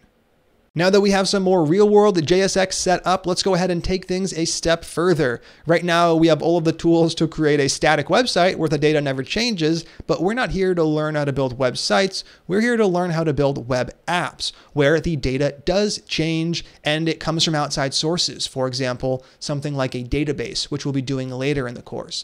So what we want to do is pull out data like the name, the age, and the location. These should not be defined in our JSX. Instead, they should come from variables that we reference. That's going to allow us to reuse this, for example, across multiple users. And we're going to do the same thing up above. We're going to break out data like the title and the subtitle. We're going to focus on this one together, and you'll break this one out on your own as the challenge for this video. So to kick things off, let's just start with this right here, the name, what gets shown in the H1. Currently, it's statically defined. The only way this value is ever going to change is if you go into the JSX and you change the value. That creates JSX that is not reusable. So instead, we're going to reference a variable right here instead. The first step towards getting that done is going to be to create that variable, and we can call this whatever we like. I'm going to make a var. We'll talk about const and let in just 2 videos, and we're going to call this one user name, and we'll set it equal to a string. Now I'm going to switch up my name for a moment just so we can watch the data change in the browser. Now, how do we actually use this string Mike in the H1 instead of our current static text? Well, step 1 is to delete the static text. We no longer want that around. And step 2 is to open and close some curly braces. Now this syntax should look familiar if you've used templating languages like Mustache or Handlebars before, but it actually is slightly different. So what goes inside of here? What goes inside of here is any JavaScript expression. So for example, I can reference user name, the variable we defined up above. When we reference a variable whose value resolves to a string, that string shows up right there wherever you placed it. In our case, we placed it right inside of this H1. I'm going to take a moment to save this. We can see over here that Mike shows up, Andrew Mead is gone. And if I change this to something like Andrew, that is going to show up instead. So by adding JavaScript expressions into our JSX, we can create JSX that truly is dynamic. Now we saw that strings work, but we can actually do some cool stuff. For example, this is a JavaScript expression, so I could concatenate on an exclamation mark to add a little bit of energy to the web page. Now we get Andrew with the exclamation mark. I could also take advantage of other things like string methods. I could call to uppercase, converting Andrew to uppercase letters. Right there, it shows up as you would expect. So we have the ability to do a lot of really interesting stuff inside of these, and we're going to be looking at that extensively as we build out our applications. For now, we know one thing. If you have a string in a JavaScript expression, it just shows up. Now, the same thing is true for numbers. So for example, 26. Let's go ahead and break that out into a variable instead. Right here, user age, I'm going to set it equal to a different value for the moment. I'll use 27. Then instead of having the static 26, we're going to remove it. Now notice I'm still keeping age, colon, and the space. I still want that stuff to be static. I'm always going to have that text. I just want this part to be dynamic. Right here, I open and close my curly braces, creating a new JavaScript expression. Now I could just type out the age, for example, 29, but that's basically where we started, where we have that static value. So instead, we are going to reference user age. We can save the file. 27 shows up, everything is working as expected. So there we have it. Strings and numbers, when used in a JavaScript expression in your JSX, get rendered exactly as you'd expect. I'm going to switch this back to 26 and we can move on to the final one, which is the location. I'm going to remove the static text Philadelphia and instead reference a variable that doesn't yet exist, user location. I'm going to close the curly braces and then we can create it up above. Right here, var, user location. I'm going to set that equal to a string, whatever string I want. To switch things up, I'll use a location I lived previously, New York, save the file, and right here, New York shows up inside of the template. I'm going to switch this back to Philadelphia, and there we have it. We now have a template where all of the data that changes comes from an outside source as opposed to being defined in line. This is going to be essential if we want to build any sort of dynamic web app. So we've talked about strings and we've talked about numbers, but what about something else like an object? What if we had all of this data defined on an object? Well, we can do that. Right here, let's make a variable user. I'm going to set up our object inside of the curly braces. We're going to add 3 properties, name, age, and location. Name will get set equal to the string Andrew. And we'll add a comma for that second property, age. We'll set that equal to 26. And finally, location. I'll set that equal to Philadelphia.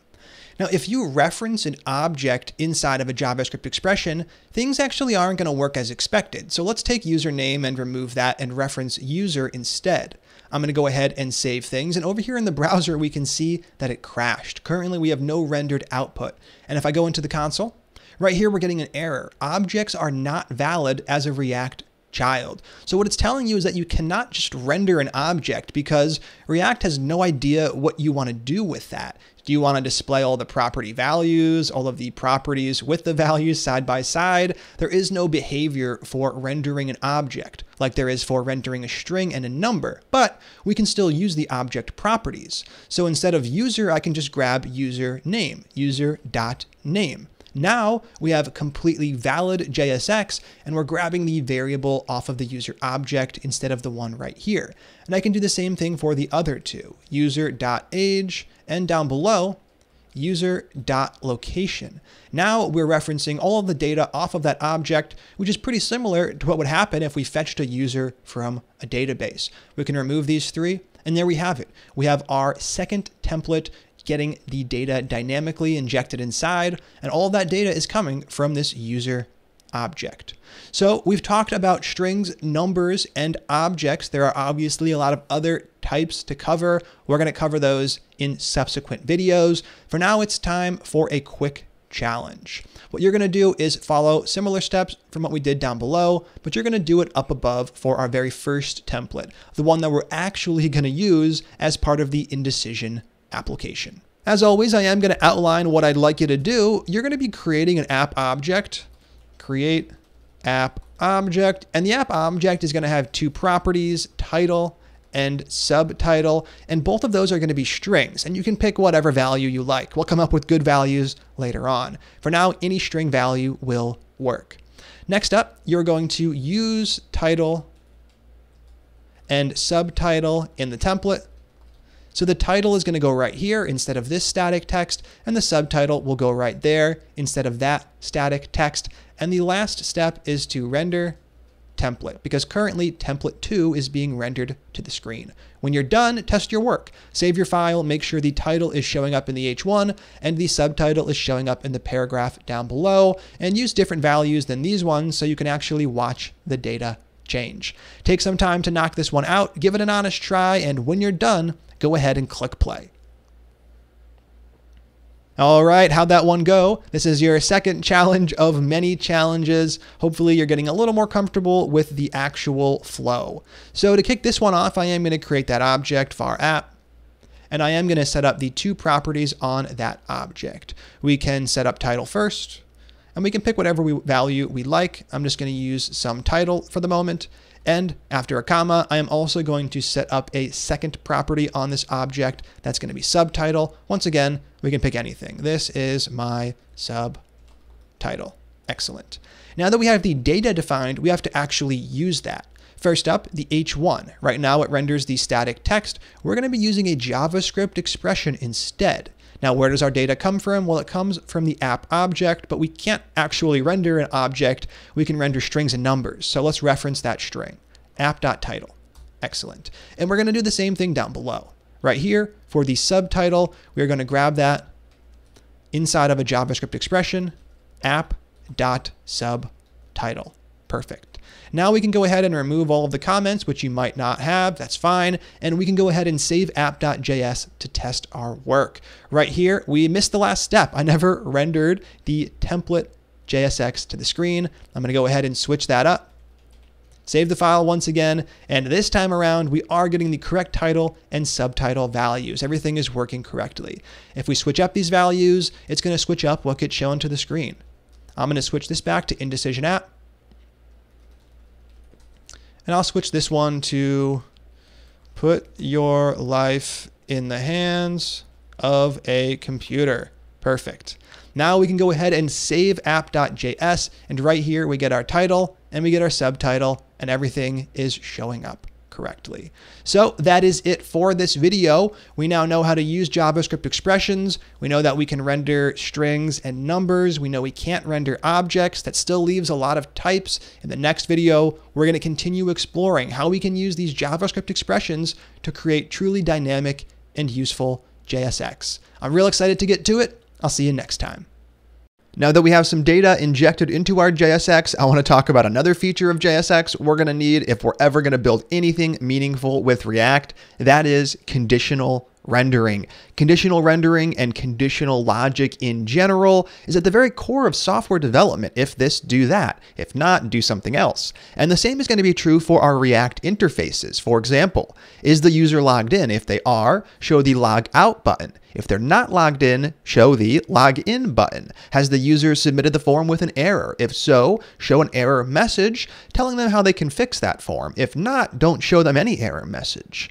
Now, to do this, we're once again going to be using our JavaScript expressions, which means that we're going to use the same conditional JavaScript features that we use in our regular programs. There is no strange new syntax or any sort of weird new behavior. We're going to be using the tools we've been using forever, like if statements. We're also going to be using ternary operators.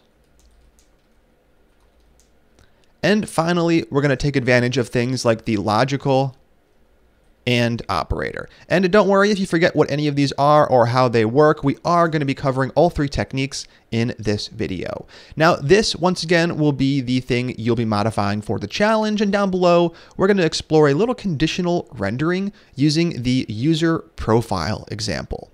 Let's explore if statements first. Down below, I'm going to render template2 as opposed to template, and that should show up our profile example. Here it is. So what we're going to do is use if statements to add a little bit of conditional logic right here.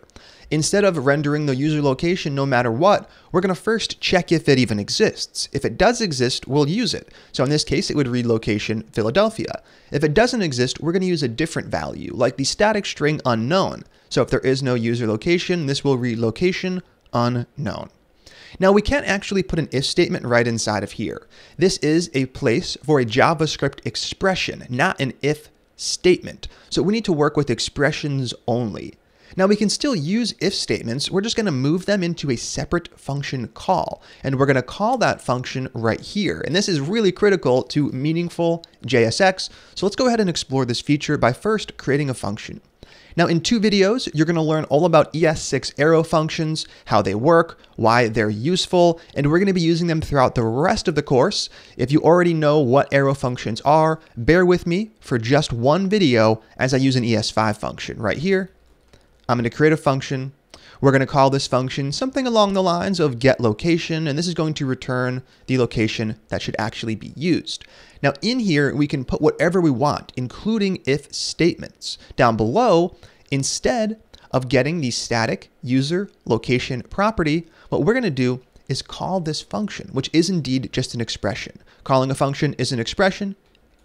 We're going to call getLocation, and the return value from getLocation, that is what's going to show up right here in the JSX. Now, we already know that strings and numbers will indeed show up, so we can go ahead and return something like the string unknown. And that's the value that we're going to be using for people who do not have a location. Now, with our code like this, we can go ahead and save app.js. Over inside of the browser, what do we get? We get location unknown. Now, currently, we don't have any conditional logic. We're always going to be rendering unknown no matter what, but we now have a pretty good setup for adding conditional logic in. So let's take getLocation to the next level by passing in the user.location property. If it exists, great. If it's undefined, that's fine too. We just want to go ahead and get the correct thing rendering right here. Now that means getLocation is going to take an argument, location, and we just pass that in. So at this point, we either have a string location or we have undefined if that property doesn't even exist on the user object. Now what are we going to do? We're just going to set up some if statements. If one thing, will return one string. If another thing, will return some other string. Let's kick things off by checking if. And right here, we're going to go ahead and check if location exists. If location. So if the location exists, we are going to return that location. We can return the location. If it doesn't exist inside of our else clause, what are we going to do? We're going to return that string we just set up. We're going to return the static string unknown. Perfect. Now we actually have some conditional logic in our program. If we save app.js at its current state, what's going to happen? Well, the location does exist. It is a valid string. It's going to get passed into getLocation, and the return value is going to show up. If we go through getLocation, we know we get the string here. We check if the string exists. A string with a length greater than 0 is a truthy value, so this condition would pass. This gets returned, and it shows up to the screen. Now, how do we trigger this case? Well, we just have a user with no location. So if I take this and I remove it, deleting the location property, as well as the comma for age, we can save the file. And this time around, we're actually going to see unknown instead of the location. So there we have it. We've added a little conditional logic into our program, and we did this using 2 tools. First up, we used the ability to call a function from our JavaScript expressions in JSX. And second up, we used the if statement to actually set up that conditional logic. Now let's imagine we wanted our app to function a little bit differently. Let's say, for example, if there is no location, we don't just want to render the text unknown. We want to actually hide the paragraph tag altogether.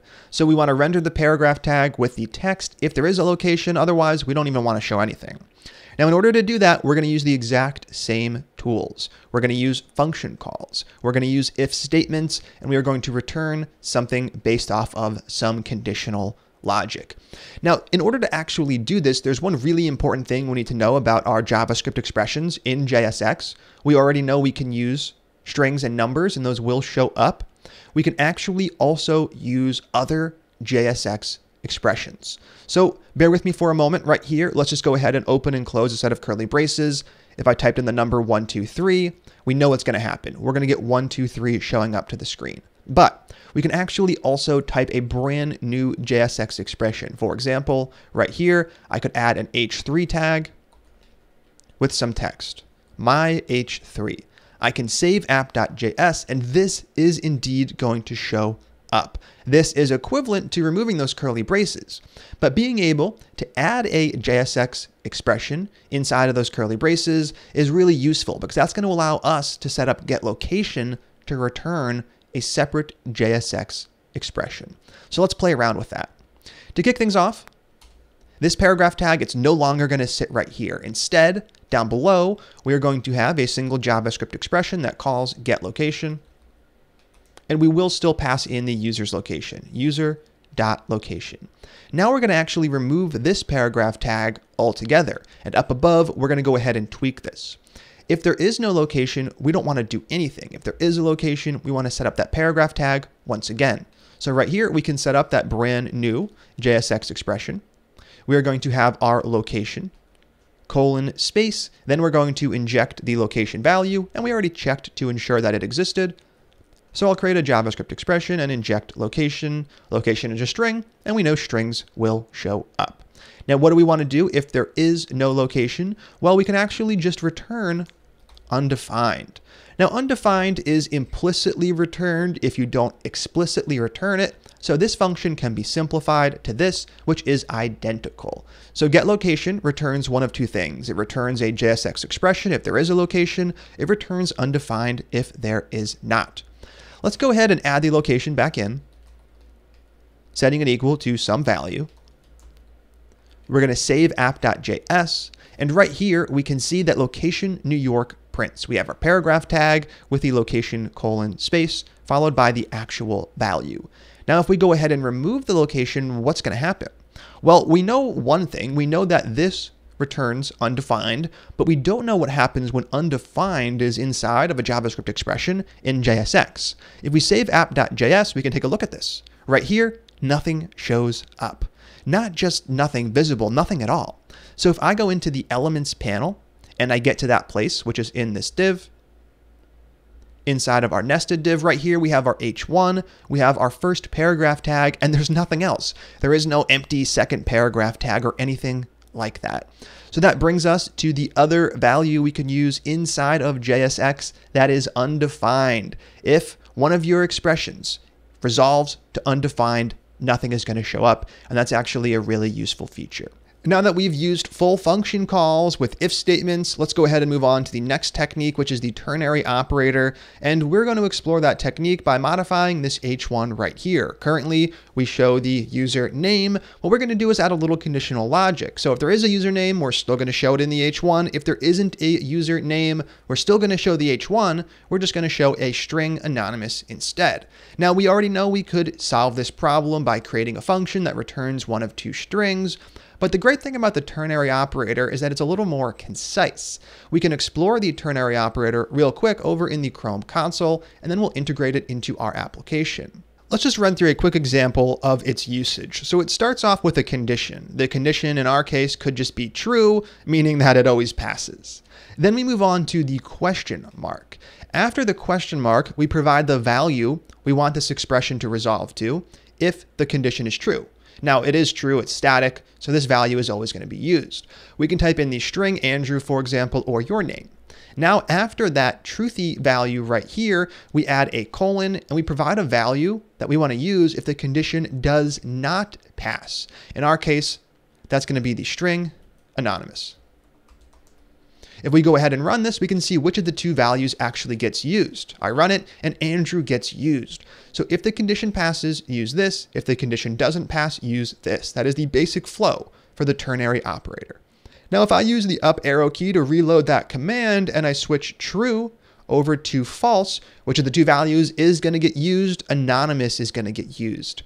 Now, the great thing about the ternary operator is that it is an expression and not a statement, so we do not need to go ahead and break this out into a separate function call, for example. We can just add this little expression right in line. Let's go ahead and do just that over inside of Visual Studio Code. Right here, inside of our JavaScript expression, we're going to start off with our condition, which is to check if user.name exists. If it does exist, what do we want to have showing up in the H1? We want user.name. Now, if it does not exist after the colon, we still want to show something in the H1. It's just going to be a static string anonymous. Perfect. Now, if we go ahead and save this, the username is defined, so I would expect it to show up, and Andrew does indeed show up. But if I go ahead and remove this value and save app.js, we're now going to see that anonymous shows up, and this is exactly what we want. As you can see, the ternary operator is way more concise. It's not useful for every single situation, but it is a great tool to have in your tool belt. We're going to be using it quite a bit throughout the course in order to add conditional rendering into our JSX. Next up is the logical and operator. Now, much like undefined, the Boolean values, true and false, and null, they're all ignored by JSX. So if I had the Boolean false right here, what would happen? If I save the file, nothing shows up. If I were to switch this to true, or I were to switch this to null, the exact same thing would be true. Undefined, null, and Booleans are ignored by JSX, and that is actually a very useful feature. So for the very last example, we're going to go ahead and tweak age right here, and we're going to do that using the logical and operator. For our purposes, let's say that we only want to show this paragraph tag with the age information if the user's 18 or older. If they're a child, we're going to leave their personal information off of the profile. And we're going to do that obviously using a little conditional logic. So if they're over 18 or equal to 18, we'll show this paragraph. Otherwise, we don't want to show anything at all. Now, once again, could we use the function technique? Yes, but we're going to explore this new technique, which is just as concise as what we saw right here. So to do this, let's explore the logical and operator first. And this is something you've definitely used inside of if statements, but there is some subtleties to it that you might not have seen that are actually going to come in handy for our purposes. So once again, we're going to use true and false, the static Booleans, to explore this. And we're just going to start off with our very first condition, just true. Now right here, we're going to add those two ampersands, and this is the logical and operator. Now you've probably seen this in if statements. If one thing is true and another thing is true, then and only then do we want to run the code. If either of them are false, we don't want to run the code, and that's super useful. Let's go ahead and right here, type in a string though, and we're just going to have some age be our static string. Later on, this will be where we render the entire paragraph. If I run this, what happens? Well, the value sum age is what returns. So logical and operators, if the first value is truthy, it is not going to actually use that. If the second value is truthy, that is going to get used. And that's exactly what we want here. So if the user is 18 or over, we will use the paragraph JSX. Now, what if the user is not 18 or older? So let's go ahead and tweak true over to false. When you use the logical and operator and the first value is false, what happens? That value is the one that actually gets used. So it completely ignores the fact that this ever even exists, and false gets returned. Now we just explored that Booleans are ignored, which means that if the user is less than 18, false will be the value, and that's going to get ignored, and nothing is going to show up to the screen. So we can use these tools and tricks to add that conditional rendering in. Over inside of Visual Studio Code, we're going to do just that. I'm going to take this entire paragraph tag and cut it out, adding it to the clipboard, but removing it from the file. We're going to set up our JavaScript expression, and we're going to go ahead and kick things off with some sort of condition. We're going to check if the user age, if user.age is greater than, and in this case, we're going to see if they're greater than or equal to 18. If they are, great. We can set up the value we want to use. In this case, it's just that paragraph tag. I'm going to paste it in. Perfect. Now let's go ahead and save app.js and see what happens. The user is 26, so age 26 shows up. If I tweak it to something else though, like 17, we're going to see that the age place goes away completely. That paragraph tag never shows up because the user does not meet those qualifications. So the ternary operator is great for a condition where you want to do one of two things. The logical AND operator is for a condition where you just want to do one thing, else you want to do nothing at all. Now this currently doesn't check if the age exists at all, so we can make our condition a little more complex by wrapping it in parentheses. I'm going to add the closing parentheses after 18 and the opening right here.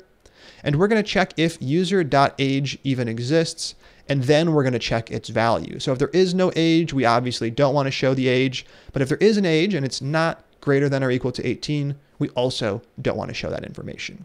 So now we actually have things set up to have an empty user object. I could go ahead and pass in the empty object, save the file, anonymous shows up, we get no age, we get no location, everything is working as expected. As we add that information in though, the profile is going to get populated. It is going to show us exactly what we would expect. So I'm going to add my name back to Andrew, my age back to 26, and my location back to Philadelphia. And I should see all of that information showing up because all of the conditions are indeed passing. So there we have it. Those are the three techniques that we're going to use. Now at this point, we just know that they exist. We haven't really explored a ton of real world examples. So don't get too worried if it's not 100% clear exactly why you would use one over the other. We're going to be doing a ton of conditional rendering in the course, and you will get lots of hands-on experience with all three techniques. For now though, let's move on to the challenge where you're going to use some of these tools to add some conditional rendering to our first template example up above. First up, you're going to go ahead and only render the subtitle and the p tag around the subtitle if the subtitle actually exists. If subtitle exists, and to do this, we can go ahead and use the logical AND operator. Based off of some condition, we want to show one thing, otherwise we want to show nothing. So we'll use the logical AND operator for that guy. Next up, what I'd like you to do is create a brand new property on app, which we can actually just do right now together. So right here, we're going to add on options. Now options is going to be an array of string options, and eventually we'll use this array to generate our list dynamically, but we're not going to worry about that for the moment. We'll talk about arrays later in this section. For now, we're just going to go ahead and add a couple of options in. 1 and 2.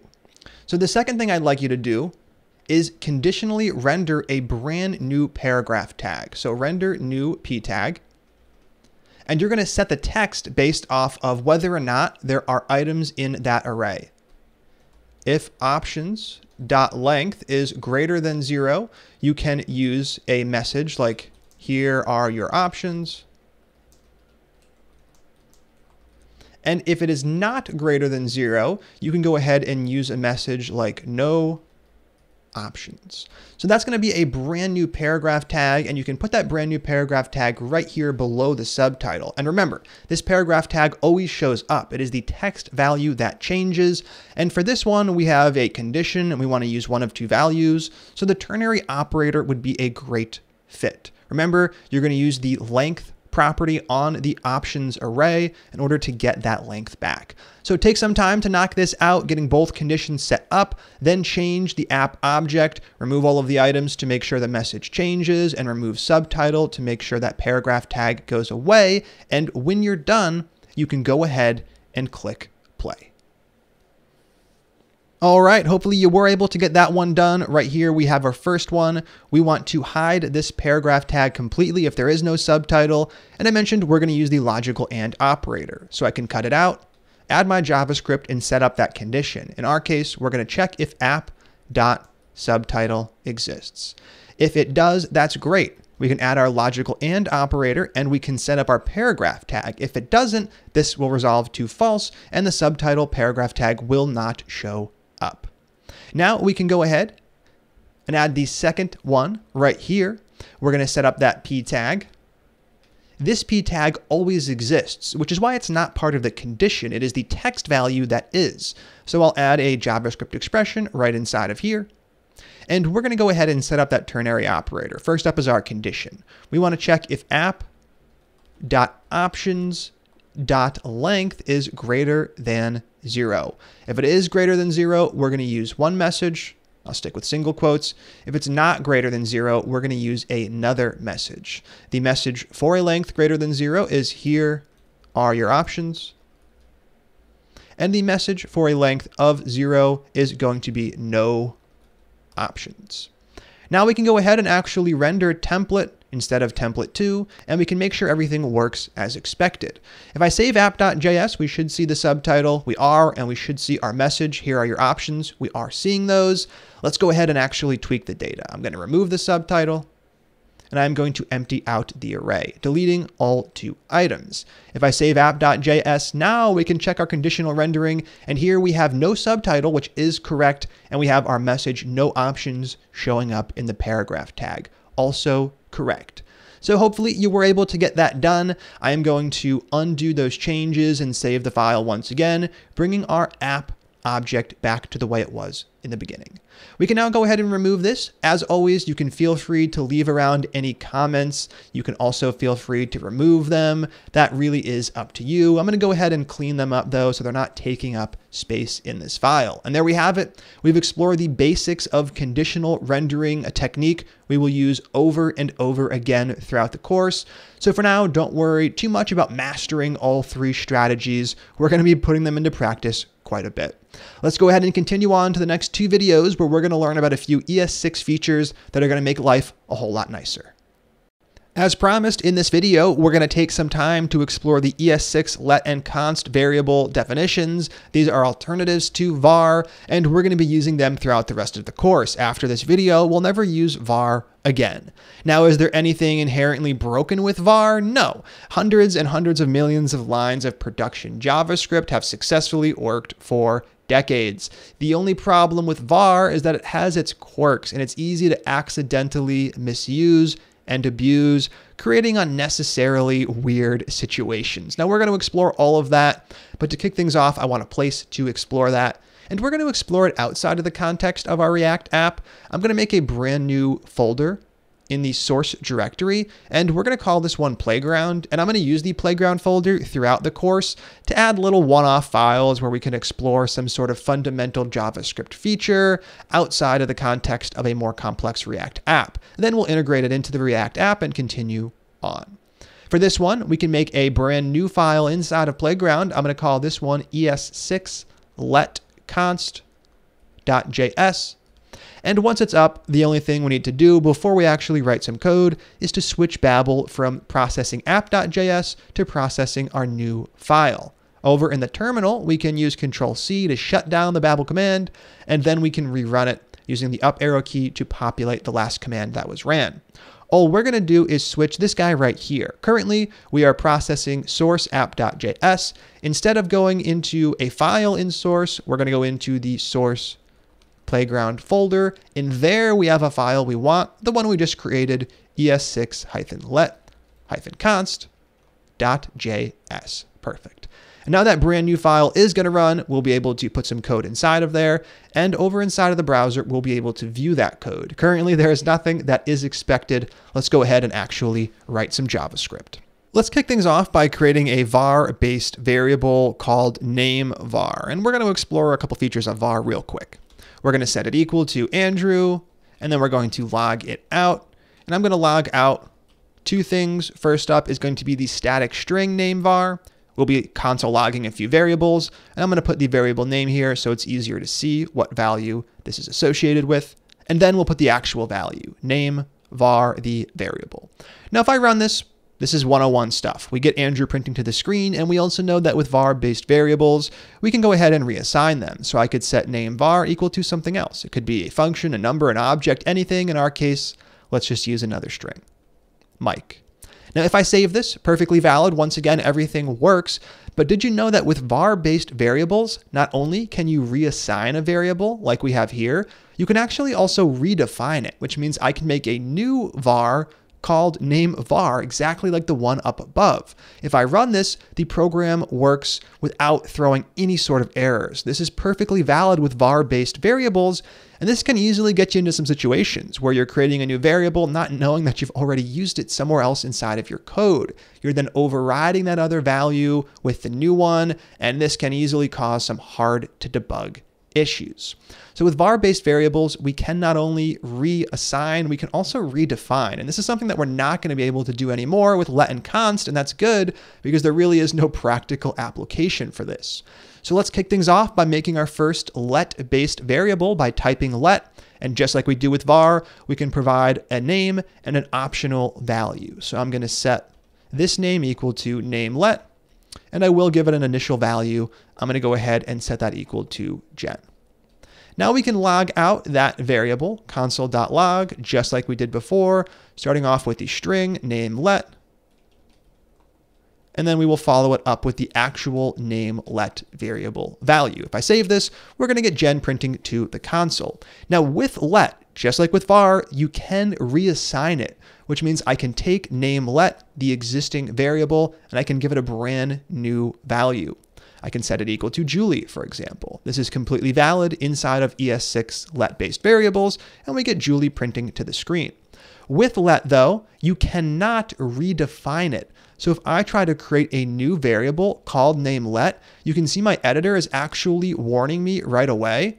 And if I go over to the terminal, Babel actually crashed when it tried to compile our ES6 down to ES5. We're getting an error, duplicate declaration name let. So inside of ES6, it is no longer valid to redefine those variables. If you try to redefine a variable, you're going to get an error. Once again, you can always reassign a let-based variable. That is perfectly valid. So now let's move on to const down below. We're going to make a new const by typing const, and we're going to go ahead and set the name for this const equal to whatever we want. We'll stick with the same convention, name const, and then we'll give it a value. And I will stick with Frank for this one. Now, once again, we are going to go ahead and use console.log to dump it to the screen, name const, the string, and then name const, the variable. Now, if we go ahead and do this, what are we going to get? We're going to get Frank printing right next to name const. That's exactly what's showing up down below. Now, once again, with constants, we cannot redefine them. So if I try to create a new constant called name const, and I try to set it equal to a new value, let's go ahead and use Gunther. This is not going to work. We can see the editor is already warning us, and if we save it and check out Babel, we're going to be able to see that we're getting an error. Duplicate declaration name const. So with both let and const, you cannot redefine those variables. Now with const, you actually can't even reassign. So this is also invalid. The whole point of a constant is that when you create it, its value does not change. This is useful for a ton of situations. So throughout the course, we're going to be using these two. We're going to start by defaulting to const. We're going to use const by default. If we determine that we actually do need to reassign it, like we do here, we're going to switch it over to let. And we're never, ever, ever going to use var. So there are a few other differences between var and let const. As we've seen, we cannot redefine them. The scoping is actually a little different as well, and we're going to explore that down below with a new example. Now we know that var-based variables are function scoped, meaning that each variable is specific to the function that it was created inside of, and it can't be accessed from outside of that function. So if we do make a function, something along the lines of get pet name, we can create variables inside of there. I could make a variable pet name, and I could set it equal to my cat's name, Hal, and I could return it to whoever is calling the function, return pet name. Now, if I go ahead and call pet name, get pet name, I could access that variable via the return value. Whatever gets returned, I could create a variable and use it. But if I try to access pet name directly, that is not going to work. Console.log pet name. Even though pet name was defined and assigned in here in this function, it doesn't matter because it is scoped to this function. It is not available in the parent global scope. If I go ahead and save the file, the program is going to rerun and we are going to get an error. Pet name is not defined as printing to the screen. I'm going to take a quick moment to resize Google Chrome, and we're going to go ahead and switch back into the editor. So the same thing is true for let and const. Let and const are also function scoped. So if I change this over to let, we're going to get the exact same error when the browser reloads. If I change it over to const, we are going to get the exact same error. It is a completely separate scope. Now we could always go ahead and create a variable here, const pet name, and use the return value. That is going to work because we are no longer trying to access pet name defined in this scope. We're trying to access pet name defined in this scope. So just like var, let and const are function scoped, but they're actually also block level scoped. That is block scoping. When something is block level scoped, not only is it bound to functions, it's also bound to code blocks, things like the code block for a for loop or for an if statement. And this is not something that's true with var. So let's go ahead and explore an example of this down below. Let's explore the block level scoping, starting with variables first, var-based variables. We can make one called full name, and we'll set it equal to our full name. And we're going to write some code that tries to extract the first name. Now, I'm not going to handle all of the edge cases. I'm going to assume that the full name is a set of characters, followed by a single space, followed by another set of characters. I understand this does not work for everyone's full name, and I wouldn't use this parsing for production. What we're working on here, though, is just an example to explore block level scoping. So we're going to set up an if statement. We're going to check if the full name even exists. If it does exist, then we'll go ahead and actually try to extract the first name. Right here, we're going to set up that if statement, and in here, we're going to create a new variable called first name. How are we going to pull the first name out of the full name? Well, we'll start by accessing full name, and we will use the string split method that allows us to split based off of a string. And we're going to split based off of a space. So we're going to split up the string into an array of strings, removing the spaces and splitting by the spaces. So we now have access to an array where the first item is this string and the second one is this string. If we want to access the first item in the array, we just grab the 0-based index. Perfect. Now we can go ahead and console.log first name, and everything is going to work as expected. I can save this, and over in the browser, we get Andrew printing. Now with var-based variables, they are function scoped, which means that this variable is scoped to the same scope of this variable. This is not a function. This is just an if statement. So I do have access to first name out here as well. Console.log first name. I can access first name. I can save the file, and the program is going to run. We are going to get Andrew both times. Now, if I change this up to something like Jen and rerun the program, we're going to see Jen twice. Everything is working as expected. That is because our var-based variables are function scoped. Let and const are blocked scoped, which does include functions. It also includes the if statements, like exactly what we have right here.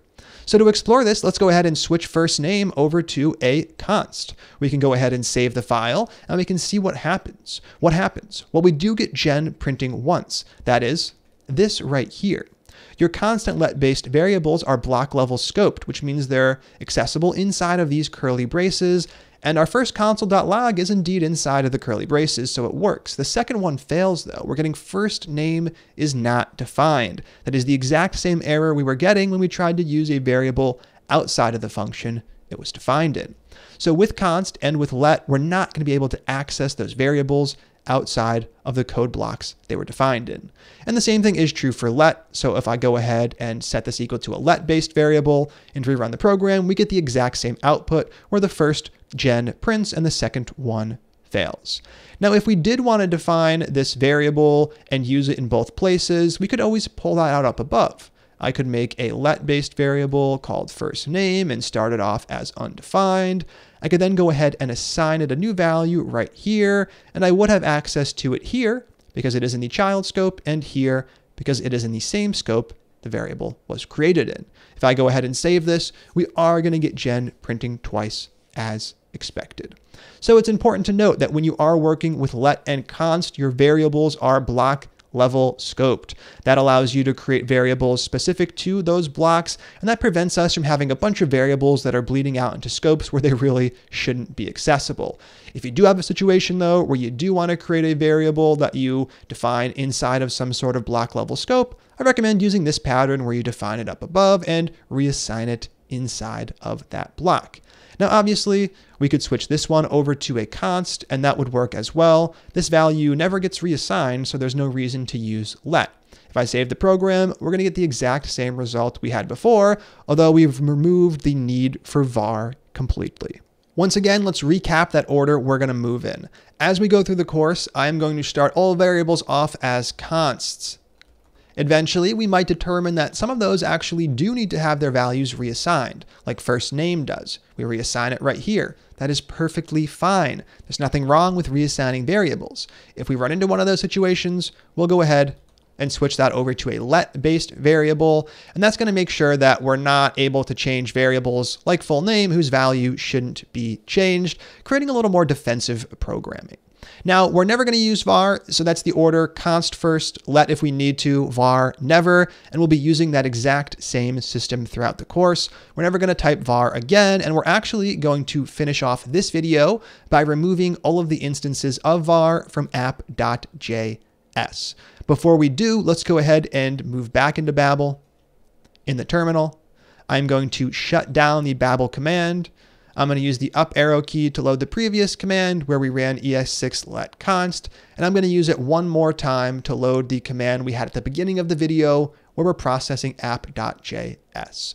If we rerun it and head back into the browser, we're going to see that our indecision app code is indeed up and running once again, and now it is time to change those variables from var over to let and const. Actually converting the var-based variables in this file is going to be your challenge for the video. There are 5 of them. What I'd like you to do is go through all 5 and figure out if there should be a const or a let-based variable. If we never reassign the variable, leave it as a constant. If we do reassign it, that's fine. Just make that particular variable a let variable. Take some time to knock this one out, then save the file and test your work. Make sure the application does still run without any errors. When you're done, you can go ahead and click play, take a moment to pause the video.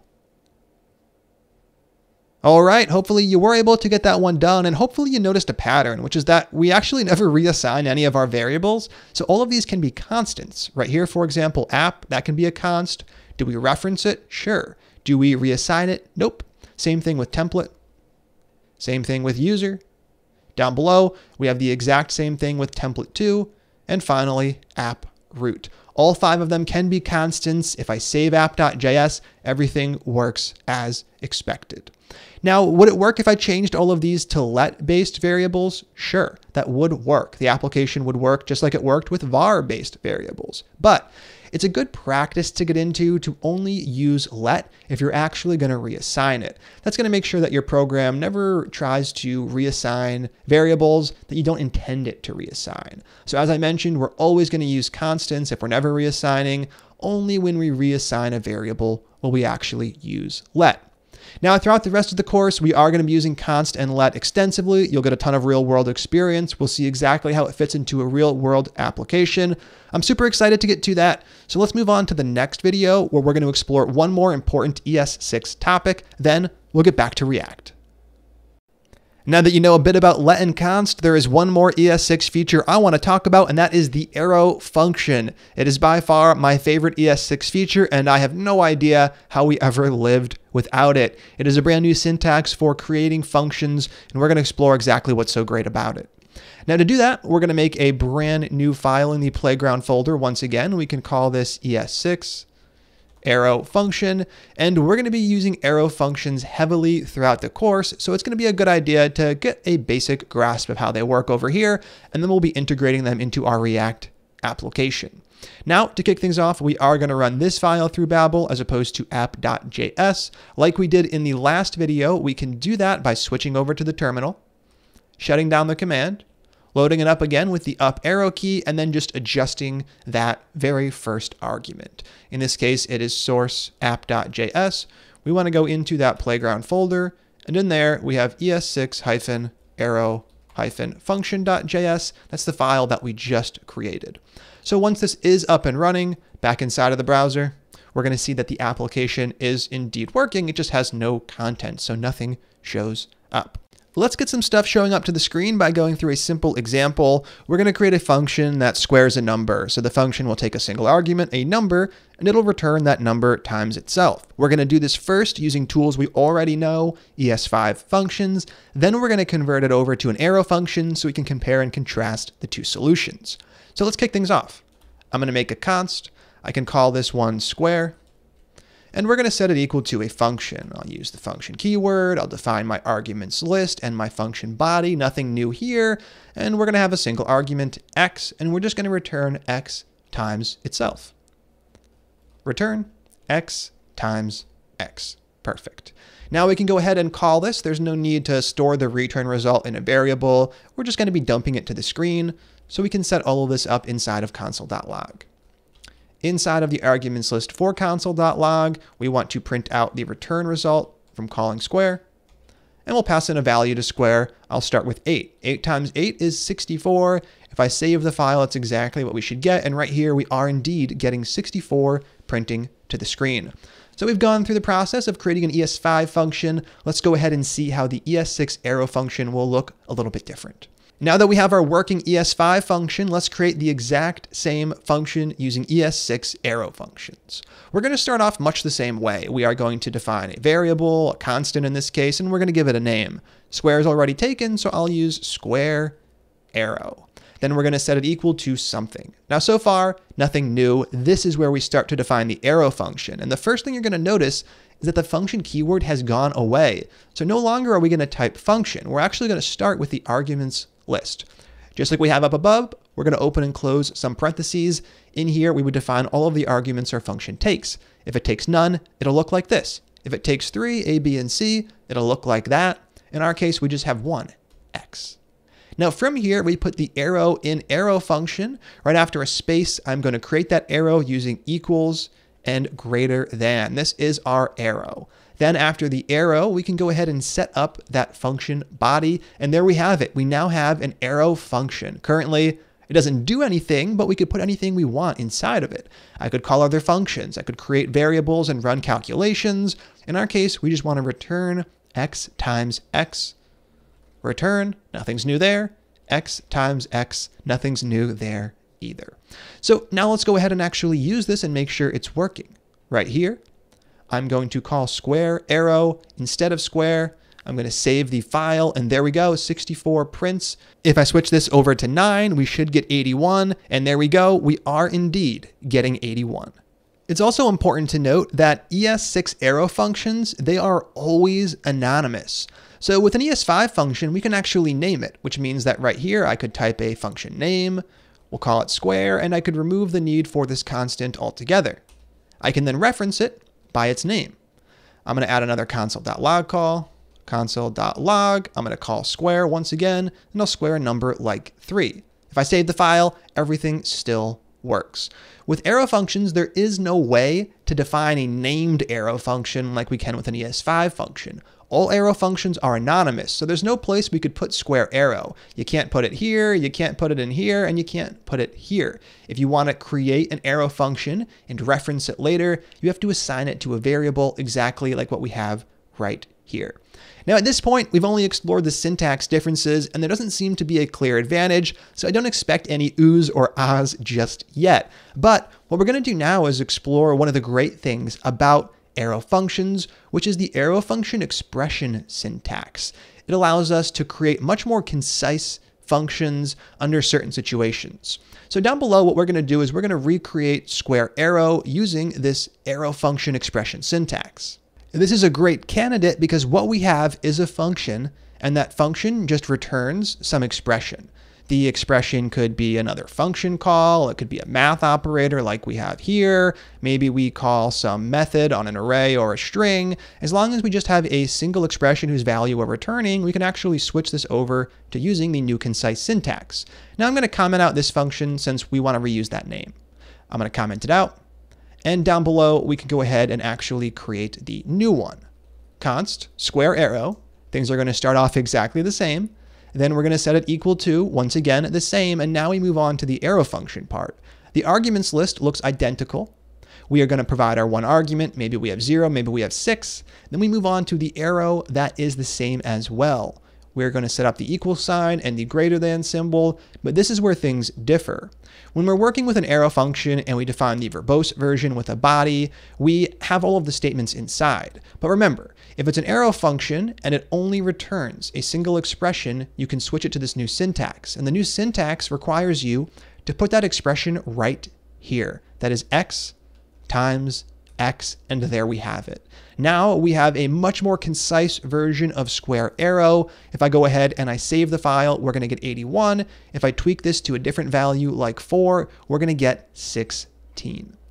So when we're working with the arrow function expression syntax, we do not explicitly use return anywhere. Instead, this expression is implicitly returned. So these two are identical. They both do the exact same thing. In the end of the day, it is just a difference in how they're set up. Now, clearly, we can't use the expression syntax in every situation. If we had to make other function calls, if we had to wait on promises, or do anything like that, we might want to break it out into a full function with a function body.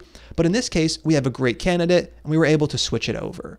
Now, at first, switching from ES5 functions to arrow functions is going to be a real big burden. Code you read that uses arrow functions is going to be a whole lot harder to read, and writing code using it is going to be harder as well, but that's only going to last for about 2 weeks. Once you get a little more experience using them, you're really going to start to see the advantages, and you're going to wonder how you ever used ES5 functions. Now it's challenge time. I'm going to go ahead and comment out everything we wrote so far so the output in the console isn't too distracting. We're going to keep that nice and clean, and we can outline the challenge down below. So your challenge is to use arrow functions. You're going to use arrow functions for all of the functions we create. No need to use ES5 functions for this challenge. The whole goal is to use this new tool. Now the function you're going to be creating is going to be called getFirstName, and we're going to use the exact same logic we used over here inside of the ES6 letConst file. We had a full name. This time you're going to take it in as an argument, and we have the logic for extracting the first name, and that's what you're going to be returning. So you're going to grab that argument, you're going to split it based off of the space, that returns an array with the parts, and you're going to grab that first part. This is going to be the return value from the arrow function.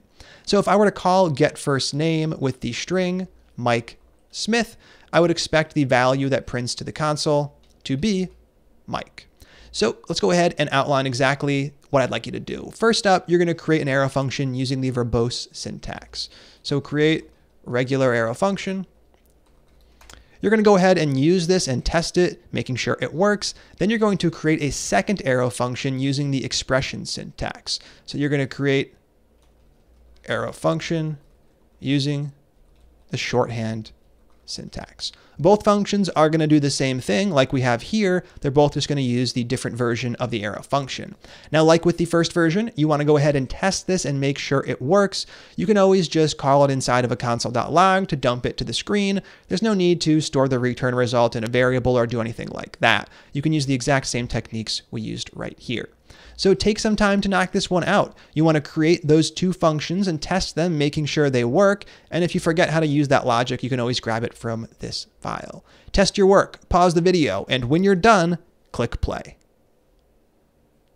All right, how'd that one go? Hopefully you were able to get it done without too much trouble. I'm going to start by creating the regular old arrow function, not using that shorthand syntax right here.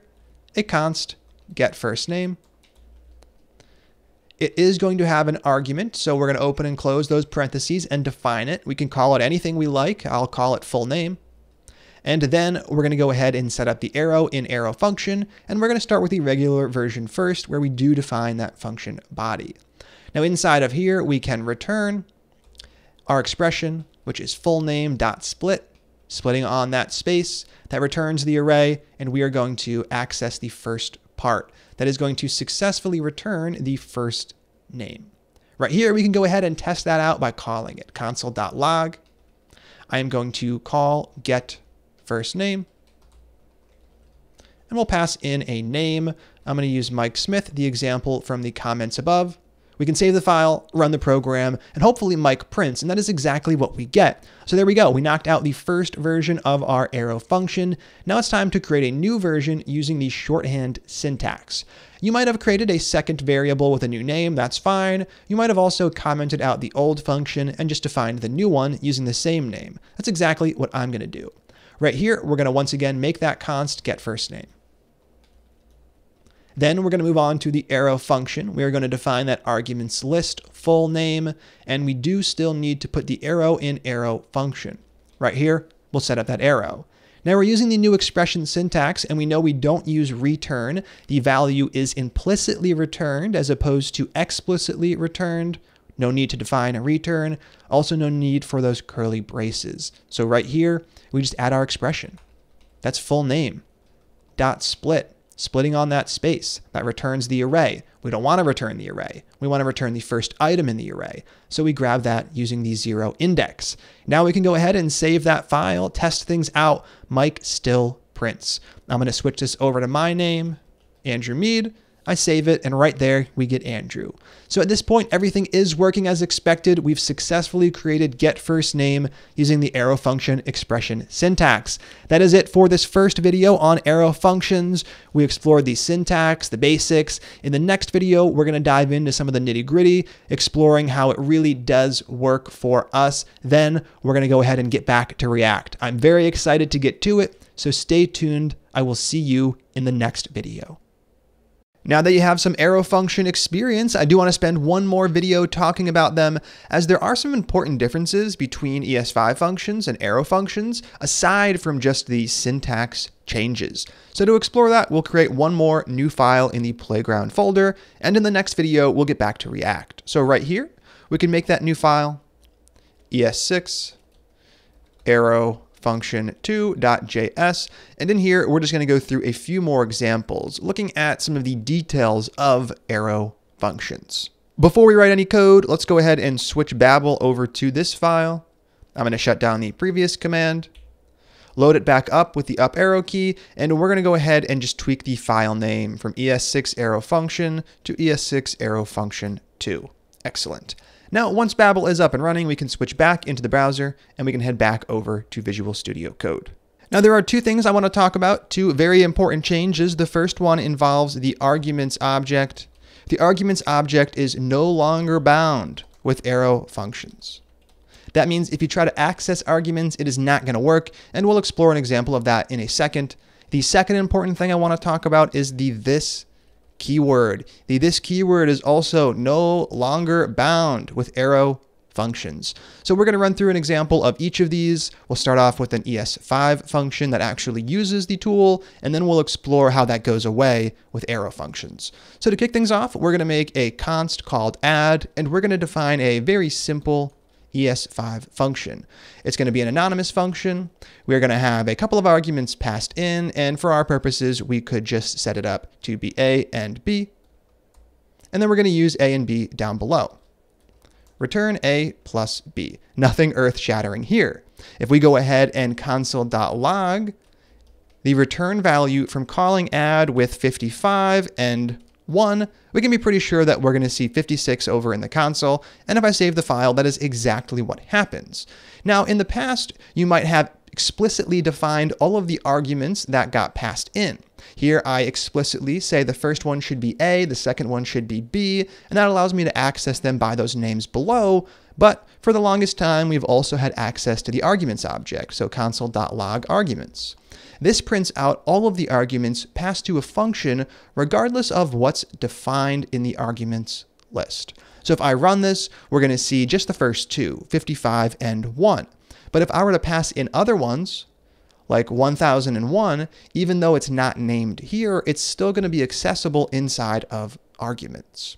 Now we no longer have access to arguments inside of arrow functions. So let's go ahead and convert this over to an arrow function with a few keystrokes.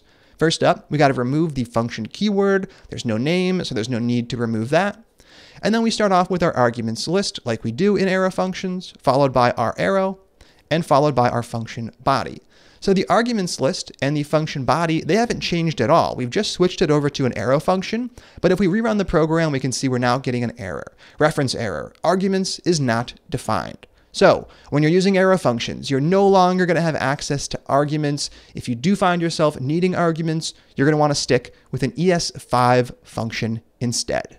And now let's talk about the this keyword, because that is also no longer bound. We're going to run through an example that starts off with ES5 functions, and then we'll look at how we can switch some of them over to arrow functions, and we'll look at the specific implications of actually doing that. So to kick things off, what we're going to do is create a new const, and we can call this const user, and we're going to define a few properties as well as a method, so a function on this object. Let's create that empty object and start adding on the properties. We're going to start off with 2. These are going to be name and cities. Name can be set equal to a string, and we can just use our first name. And cities will get set equal to an array of strings. And we can just add a few cities that we've lived in, try to add more than 1. So right here, I'll add Philadelphia. I'll also toss in New York, and I'll wrap things up with Dublin. Perfect. So this is the data that's going to live on the user object. The last thing we're going to add on the user object is a method, so a function defined on an object property. Right here, let's call that one print places lived. And this is going to print a message for each place I've lived. So with this data, I would get 3 console.logs over here. Andrew has lived in Philadelphia, Andrew has lived in New York, and Andrew has lived in Dublin. And we're going to set that up by setting the value equal to an ES5 function. We'll use an anonymous function, and in here we will access these values.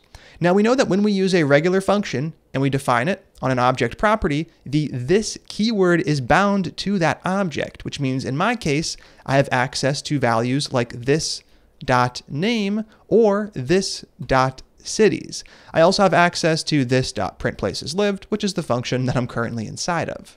Let's go ahead and log both of these out. Console.log this.name right here. And down below, I'm going to wrap this.cities inside of a console.log as well.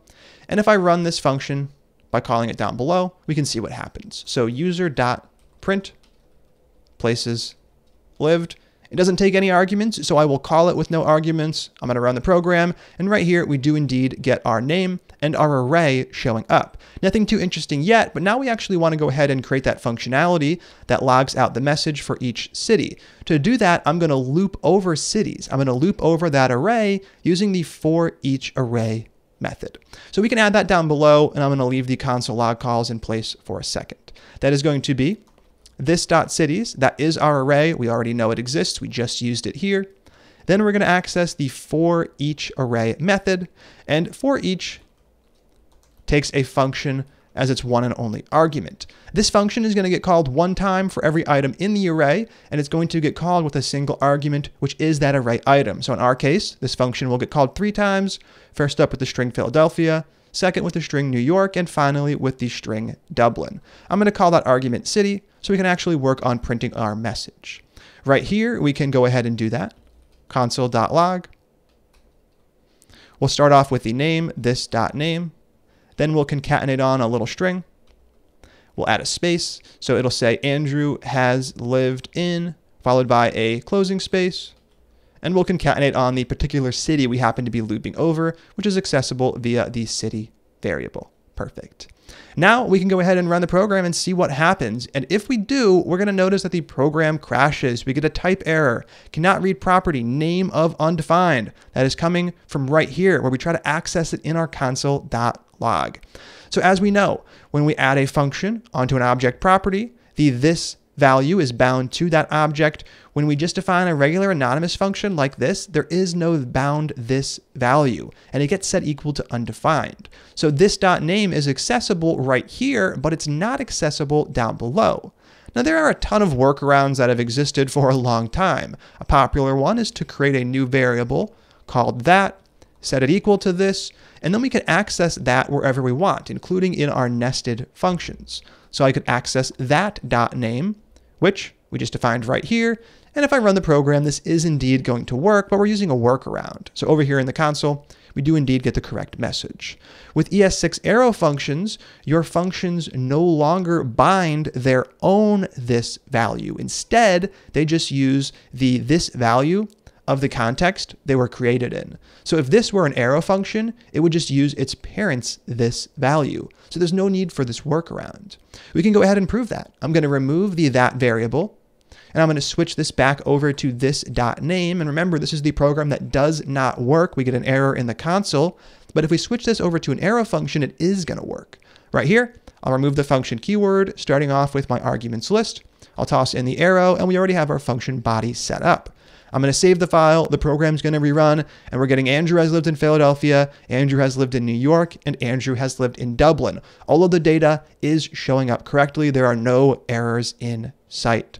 So the fact that an arrow function doesn't bind its own this value is actually really useful. Now, there are places where you don't want to use arrow functions for that exact same reason. A good example is a method like the print places lived method itself. Let's go ahead and switch this over to an arrow function and see what happens. Right here, I'll remove the function keyword. I'm going to set up the arrow followed by my function body and save the file, and that's going to cause the program to rerun. Here we're getting a type error, cannot read property cities of undefined, and if we dive into the code, we can see that is coming from right here. We are trying to access cities of undefined. Why are we getting that? We're getting that because this arrow function doesn't bind its own this value, so it's no longer equal to the object. It goes up to the parent scope, which is the global scope, and in that case, this is indeed undefined. So if we do want to use this, we want to switch over to an ES5 function. So I'm going to undo my changes, removing the arrow function and adding the function keyword back in. I can save the file, and once again, we're in a nice place. The program is working as expected because we do have a this value bound here, and we don't rebind it down below. Now that can all be really confusing at first, but I promise we're going to get a ton of real-world experience with arrow functions, so we'll see how this plays out in real-world applications throughout the course. We saw that we were not able to convert this function over to an arrow function because we would lose access to this .cities, but there actually is a new syntax for defining methods in ES6. This is the ES6 method definition syntax, and it allows us to clean this up a little bit. So we're going to be able to remove everything from before the colon to before the arguments list. Now that's going to look really weird at first. This is what it looks like, but this is indeed completely valid. If we wanted arguments, we would just type them in. In this case, we don't need any, which is why the arguments list is empty. If we go ahead and save the program, we can prove that this still works. So this method, like we defined here, has all the same characteristics of an ES5 function. We do have access to arguments, we do have access to our own this binding, and that is why the program still works. So in a lot of places, we're going to be using arrow functions. If we're defining methods on objects, we can use this new syntax, and that pretty much means we're never going to use the function keyword ever again. Is there anything inherently wrong with it? No, it's not broken. It just has some quirks, and it no longer serves as much of a meaningful purpose as it did in the past. And that's very similar to what I mentioned about var. var is not broken, but we have cont and lets. They're better, so let's go ahead and actually use the better thing. The last thing I want to do together is to make a quick tweak to print places lived. Then we're going to go ahead and move on to a challenge that you'll go through down below. Now, what I want to talk about real quick is the most popular array method we're going to be using in the course. It's actually not for each, it is map. Map is an array method like for each, but it works a bit differently. So let's go ahead and explore that. What we're going to do is access this .cities, which is the array, and then we're going to use the map method. Now, map, like for each, gets called with a single function. This function gets called one time for every item in the array, just like for each. And we have access to that item via the first argument. So I can name this one city. The difference is that for each just lets you do something with each item, like print it to the screen. When you use map, you can actually transform each item, getting a new array back. So before we provide any body to that function, let's create a place for the new cities. So I'm going to call this one city messages, and we're going to set it equal to the value that comes back from calling map. Now, if we were to return city, we would create a new array with the exact same values as the old array. But let's go ahead and set this up so we can actually see that. Right here, we're going to remove for each, and we will return city messages instead. Now, we currently don't use the return value, but we can, and we can just take it and wrap it in a console.log, console.log. I'm going to open the parentheses over here and close it over here, save the program, and what are we going to get over inside of the console? We get the array printing to the screen. We have our first item, our second one, and our third one. When we use map, though, we can actually transform the item. So, for example, I could concatenate on an exclamation mark. That is going to get added on to each and every item in the array. And if I rerun the program, we can see that all of them have that tacked on to the end. Now, that's not particularly useful, but what is useful is generating those little messages right here inside of map. So we can set things up. We can access this .name once again. We can concatenate on our little string message has lived in, Then we can concatenate on the city. And that is going to return an array of those messages we just saw. So here we have Andrew has lived in Philadelphia, Andrew has lived in New York, and Andrew has lived in Dublin. And this is going to be essential for almost everything we do inside of the course. We're going to be using map extensively. It takes an array, it lets us provide a function that transforms each item, and we get back a new array with the transformed items. The map method does not affect this array at all. So in our case, this .cities is identical to what we have right here. Now we can simplify this. There's no need for a variable. We can just return that new array directly by removing all of that and adding the return keyword up front. And that allows us to remove this down below. We can even take this one step further because we have a function, an arrow function, that just returns some expression. So we can use the shorthand syntax right here. I can take my expression, I can copy it to the clipboard, I can remove everything inside of the curly braces, including the curly braces themselves, and I can just paste that expression right there. Now we have a much more concise version of what we had before, but we are getting the exact same data back. So map is super handy. Now it is challenge time. That's going to happen right here. Challenge area. Much like we have up above, you're going to be making an object that has some data on the object, and there's also going to be a method that accesses that data, and you're also going to have to use map with an arrow function. So right here, let's go ahead and dive into the challenge area. I'll kick things off for you by creating the const multiplier. Multiplier is going to allow us to create a little multiplier utility, and there are three things we're going to define on here. Well, three things that you're going to define. First up is an array of numbers. So this is just going to be an array of numbers that we want to multiply. And then the second value is going to be a single number, and we're going to call that multiply by. Multiply by is a single number. And the whole goal is to actually run that multiplication and get a new array back. So if I had the numbers 1 and 6 and multiply by was 2, I would expect an array back with 1 having been doubled to 2 and 6 having been doubled to 12. Now all of that is going to happen inside of the method that you're going to define. This one is going to be called multiply. Multiply is going to return a new array where the numbers have been multiplied. And obviously we're multiplying the numbers by the multiply by variable. And you're going to use map to get that done. So you're going to iterate over all the numbers, and instead of creating some sort of string that gets returned, you're just going to add your math expression right there, multiplying the individual number, in this case it's a city, by the actual multiply by value. Now I'll give you the function call down below so we can make sure we're all on the same page with that.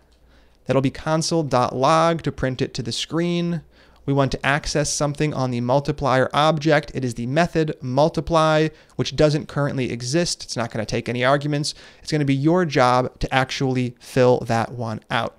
So take some time to add these three properties, set up your array of numbers, your single number, and your method. And when you call it, make sure you are getting the correct data back. So if I have an array of 1, 2, and 3, and my multiply by value is 2, I would expect an array to come back with 2, 4, and 6, all of those values being doubled.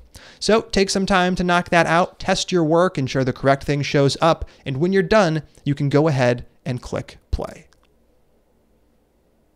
All right, hopefully you were able to get that done without too much trouble. I'm going to kick things off by creating the numbers array, and we can toss some test data inside of there. I'm going to use 10, 20, and 30. Next up is multiply by. So multiply by is going to be a single number. I'm going to multiply all of these numbers by 3. And the last thing we have to define is multiply itself. Now up here we learned that we can use the new ES6 method definition syntax. So I will set up multiply. I will provide my arguments list. It takes none.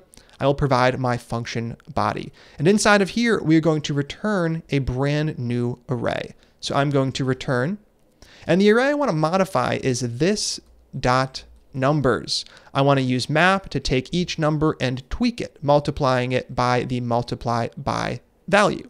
To do that, I'm going to set up my arrow function inside of here. The arrow function is going to take the argument, the individual item in the array. I can call that a number. You could have called it anything you liked. The details like argument names aren't important for the challenge. It's the big picture that's important. Now right here, we're going to set up our arrow in arrow function, and we could go ahead and open up a function body and return a value, but we're just going to be returning a value directly so we can use the concise syntax. Right after the arrow, what are we going to type? Well, we are going to take number. We're going to multiply it by this dot multiply by, and obviously this expression is implicitly returned when we use that arrow function syntax. So we're going to have that brand new array coming back. If I go ahead and save the file, the program is going to rerun, and right here we're getting 30, which is indeed 10 times 3, 60, 20 times 3, and 90, 30 times 3. And everything is working as expected. So there we go. That is your final arrow function challenge all wrapped up. Now that we've gotten some ES6 under our belt, let's go ahead and get back to JSX and explore how these ES6 features are really going to help us build out those React apps. I'm excited to get to it, so stay tuned. I'll see you next time. Responding to user interaction via events is at the core of all web apps, so we're going to start focusing on that in this video. Let's go ahead and kick things off by removing all of the ES6 files. We can just close down those tabs. Feel free to leave them around in the playground folder, and feel free to reference them down the line if you ever forget how any of those features work. Now, we're going to be making changes to app.js, so I am going to shut down Babel, use the up arrow key to reload that command, and we are going to rerun it with the file app.js. We can remove everything before the extension. We do want to search for a file in the source folder. It's called app.js. There we go. Now let's just switch over to the browser for a second, ensure that it is indeed rendering. It is, and now we're ready to talk about event handlers inside of our React applications.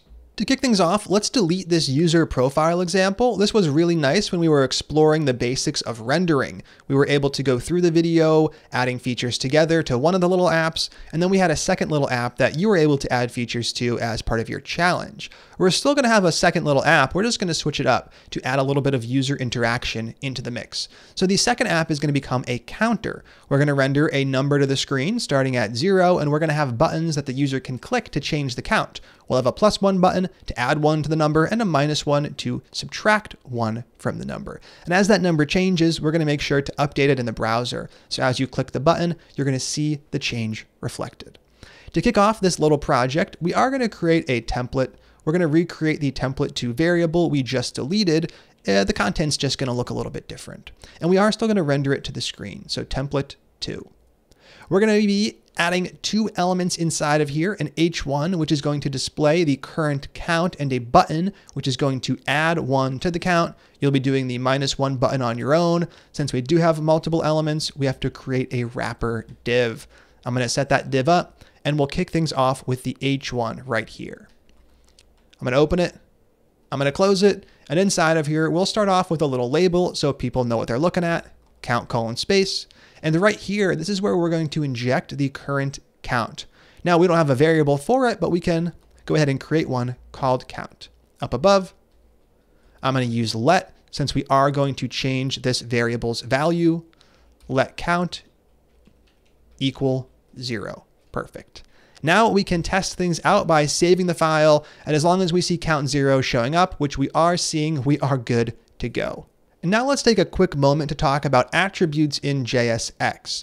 So we're going to create that button, right? We're going to have a button, and the button is going to have some text, which will go inside of the button tags. We're going to start off with the +1 button, which we'll build out together. Now the attributes, as we have in HTML, they sit right here, and we already explored how we can add ID on, and it works exactly as you might expect. The ID attribute and the value get passed through from JSX into the HTML that gets rendered. If I type my ID right here and I save the file, we're going to see that brand new button, even though clicking it does nothing. We'll wire that up in just a second. But if we head into the elements panel and we crack open our 2 divs, we are going to get to the H1 and the button does indeed have an ID equal to my ID. So there we have it. ID gets passed through correctly. What about another really common attribute, class, for example? Class is used to add identifiers onto your elements that can be shared across multiple elements. So if I'm using a styles framework like Bootstrap or Foundation, I might add a button class onto all of my buttons. Now, if I go ahead and save this, the browser is going to refresh. Over here, we can crack open those divs. But this time around, you see that class is not showing up, and we're actually getting an error over inside of the console. If we head over to the console, we can check that out right here. Warning, unknown DOM property class. Did you mean class name?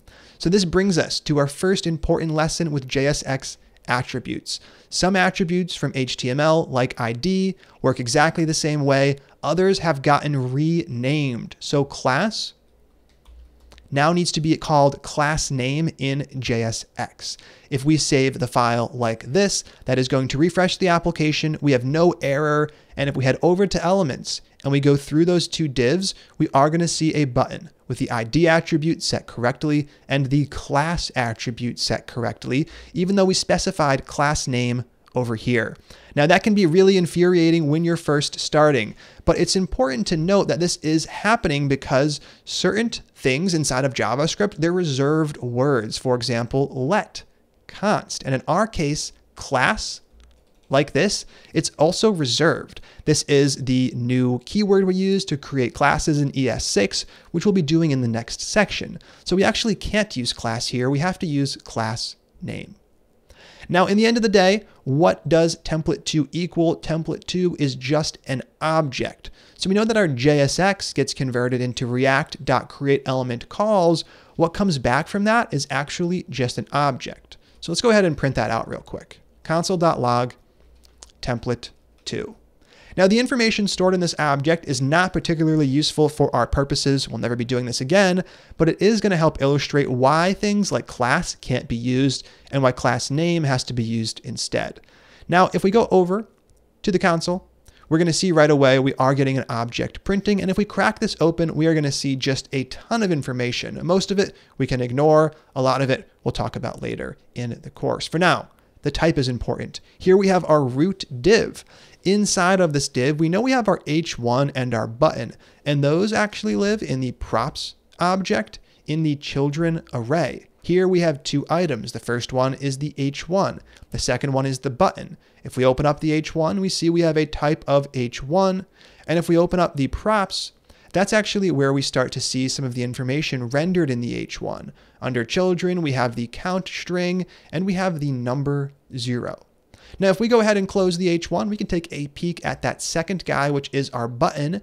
And if we go into the button props, we have children, that's the text, class name, here's our class name, and ID, there is the ID. So this is where that actually gets used. If we type class, we're going to be using a reserved word inside of JavaScript, which is definitely something we want to avoid. Class name, though, is not reserved, so we can indeed use this on an object property. So in the end of the day, some JSX attributes stay the same as their HTML companion. Some have changed. Don't worry, this is not a guessing game. You can get a complete rundown on that over at the React docs. So let's take a quick peek. To get that docs page, I am going to head over to Google and Google React DOM elements, and that should bring up the first result as the DOM elements doc page. That's exactly what I'm seeing here. And if we head over here, we can get a complete rundown on our elements, on those attributes. So down below, we have differences in attributes. We have some that we haven't explored and others, like class name, we have explored. I personally find the most useful part of this page to be down below. If we scroll down just a little bit, we can get a complete list of all supported HTML attributes. We're going to see things we've used, like ID right here, class name right here, and others we haven't used. For example, autofocus. Now you'll notice that all of these attributes have become camel cased. So inside of HTML, we would still type out autofocus, all of these characters, but the F would have been lowercase. Inside of JSX, all of these attributes got camel cased.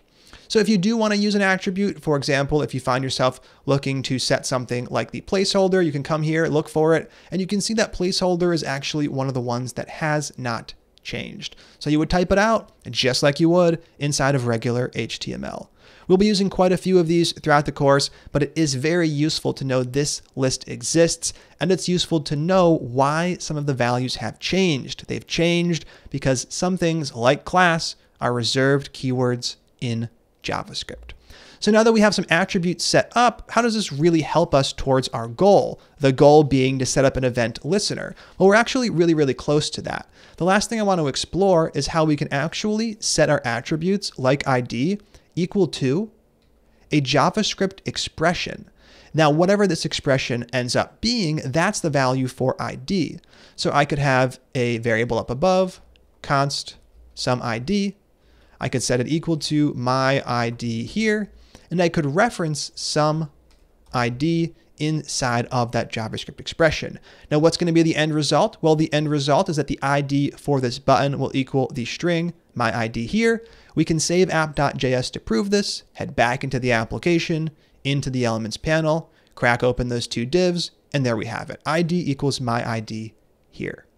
Now, all of this is useful because in order to set up a click event, we are going to be specifying a custom attribute on our button, one that does not exist inside of HTML. Right here, we're going to go ahead and remove ID and class, and we're also going to remove the SomeID variable, and we are going to type on uppercase C click. On click gets set equal to a JavaScript expression, and right here, this is where we want to provide a function. The function that we want to have executed every time this button gets clicked. Now we can actually make that function up above. This value is not going to change, so we can use a const, and we'll call it something like add1. We'll set it equal to an arrow function using the syntax we just explored. Now we're not going to take any arguments here. All we care about is that the function fired. Every time it fired, we know that the button was clicked. And for the moment, let's just go ahead and log something. So we're going to console.log, and we'll just log out the method name itself, add1. So every time we see add1 in the console, we know this callback was indeed fired. Now, how do we register it? We just reference the name of the variable. So right here, add1. Now, if we save app.js, we can test this out over inside of the browser. I'm going to go ahead and go to the console tab, click the button, and this time around, we're seeing add1 show up one time for every button click. So every single time I click that button, that code runs, and this is a great step in the right direction towards creating meaningful applications that respond to user interaction. Now, we could have structured this a little differently as well. I referenced the add1 variable. We know with count, though, if we reference a variable, that's fine, but we could also just type the number in directly. And the same is actually true with things like onClick. So I'm going to switch this back to count, and instead of referencing a function, we can actually just type a function in. This is exactly the same as what we just had. Now, the formatting might look a little different. It might look a little wonky, but we can still console.log some value here, and that is still going to print every single time I click the button. So we've registered the function to call on click in line. If I save app.js, we can take a moment to prove that this works. I click +1, some value here prints because that is the new callback for the click handler on this button. Now that is not what we want.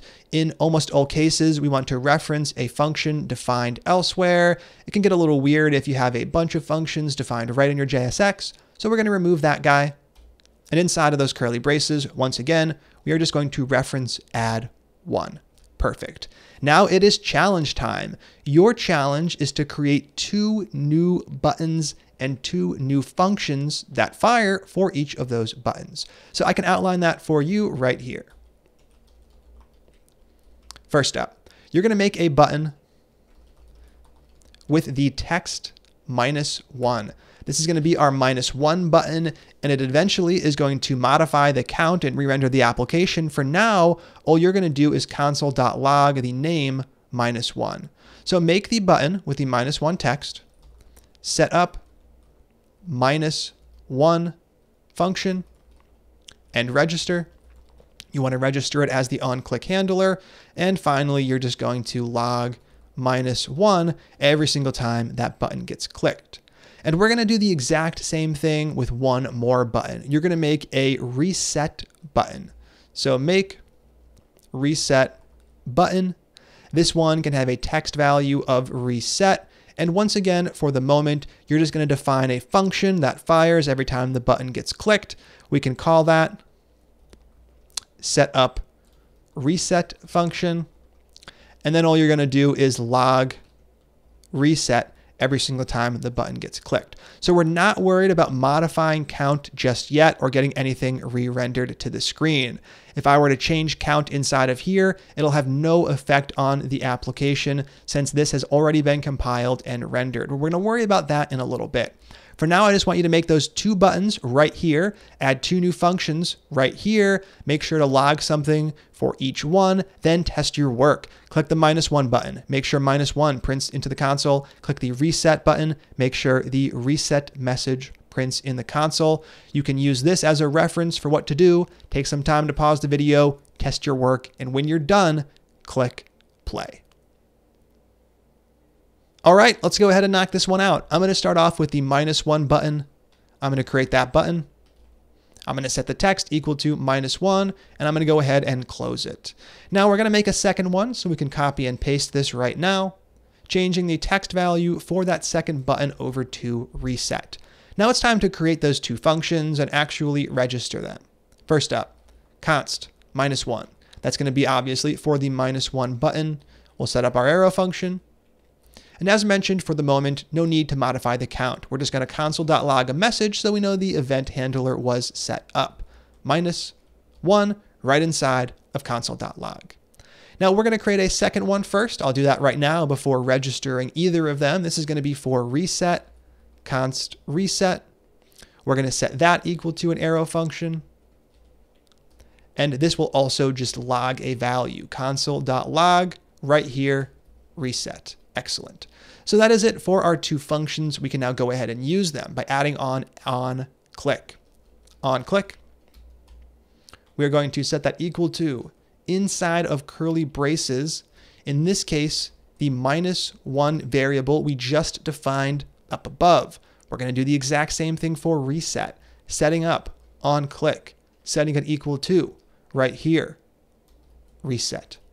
Now let's go ahead and save app.js and see what happens when our program runs. We have +1, which we set up together. That's still working. Great. We have -1, which you just set up on your own. That is working as well. And we have reset. All of our logs are printing correctly for each of the individual buttons. And there we have it. We've now explored a little user interaction inside of React. It's not completely wired up yet, but it is a step in the right direction. Down below, I'm going to remove the challenge comments since we just completed all of that. And there we have it. Now in the next video, we are going to explore how we can re-render the application with the new count every single time one of the buttons gets clicked. I'm real excited to get to that. And then we'll continue on looking at other events we have available to us inside of JSX. So stay tuned. I'll see you in the next one. That is it for this 2-hour preview of the complete React developer course. Once again, in the description down below, you can find a link to the entire class. There you can check out the curriculum, explore all of the projects we'll end up creating, and check out some student reviews. I hope to see you in the full course sometime soon.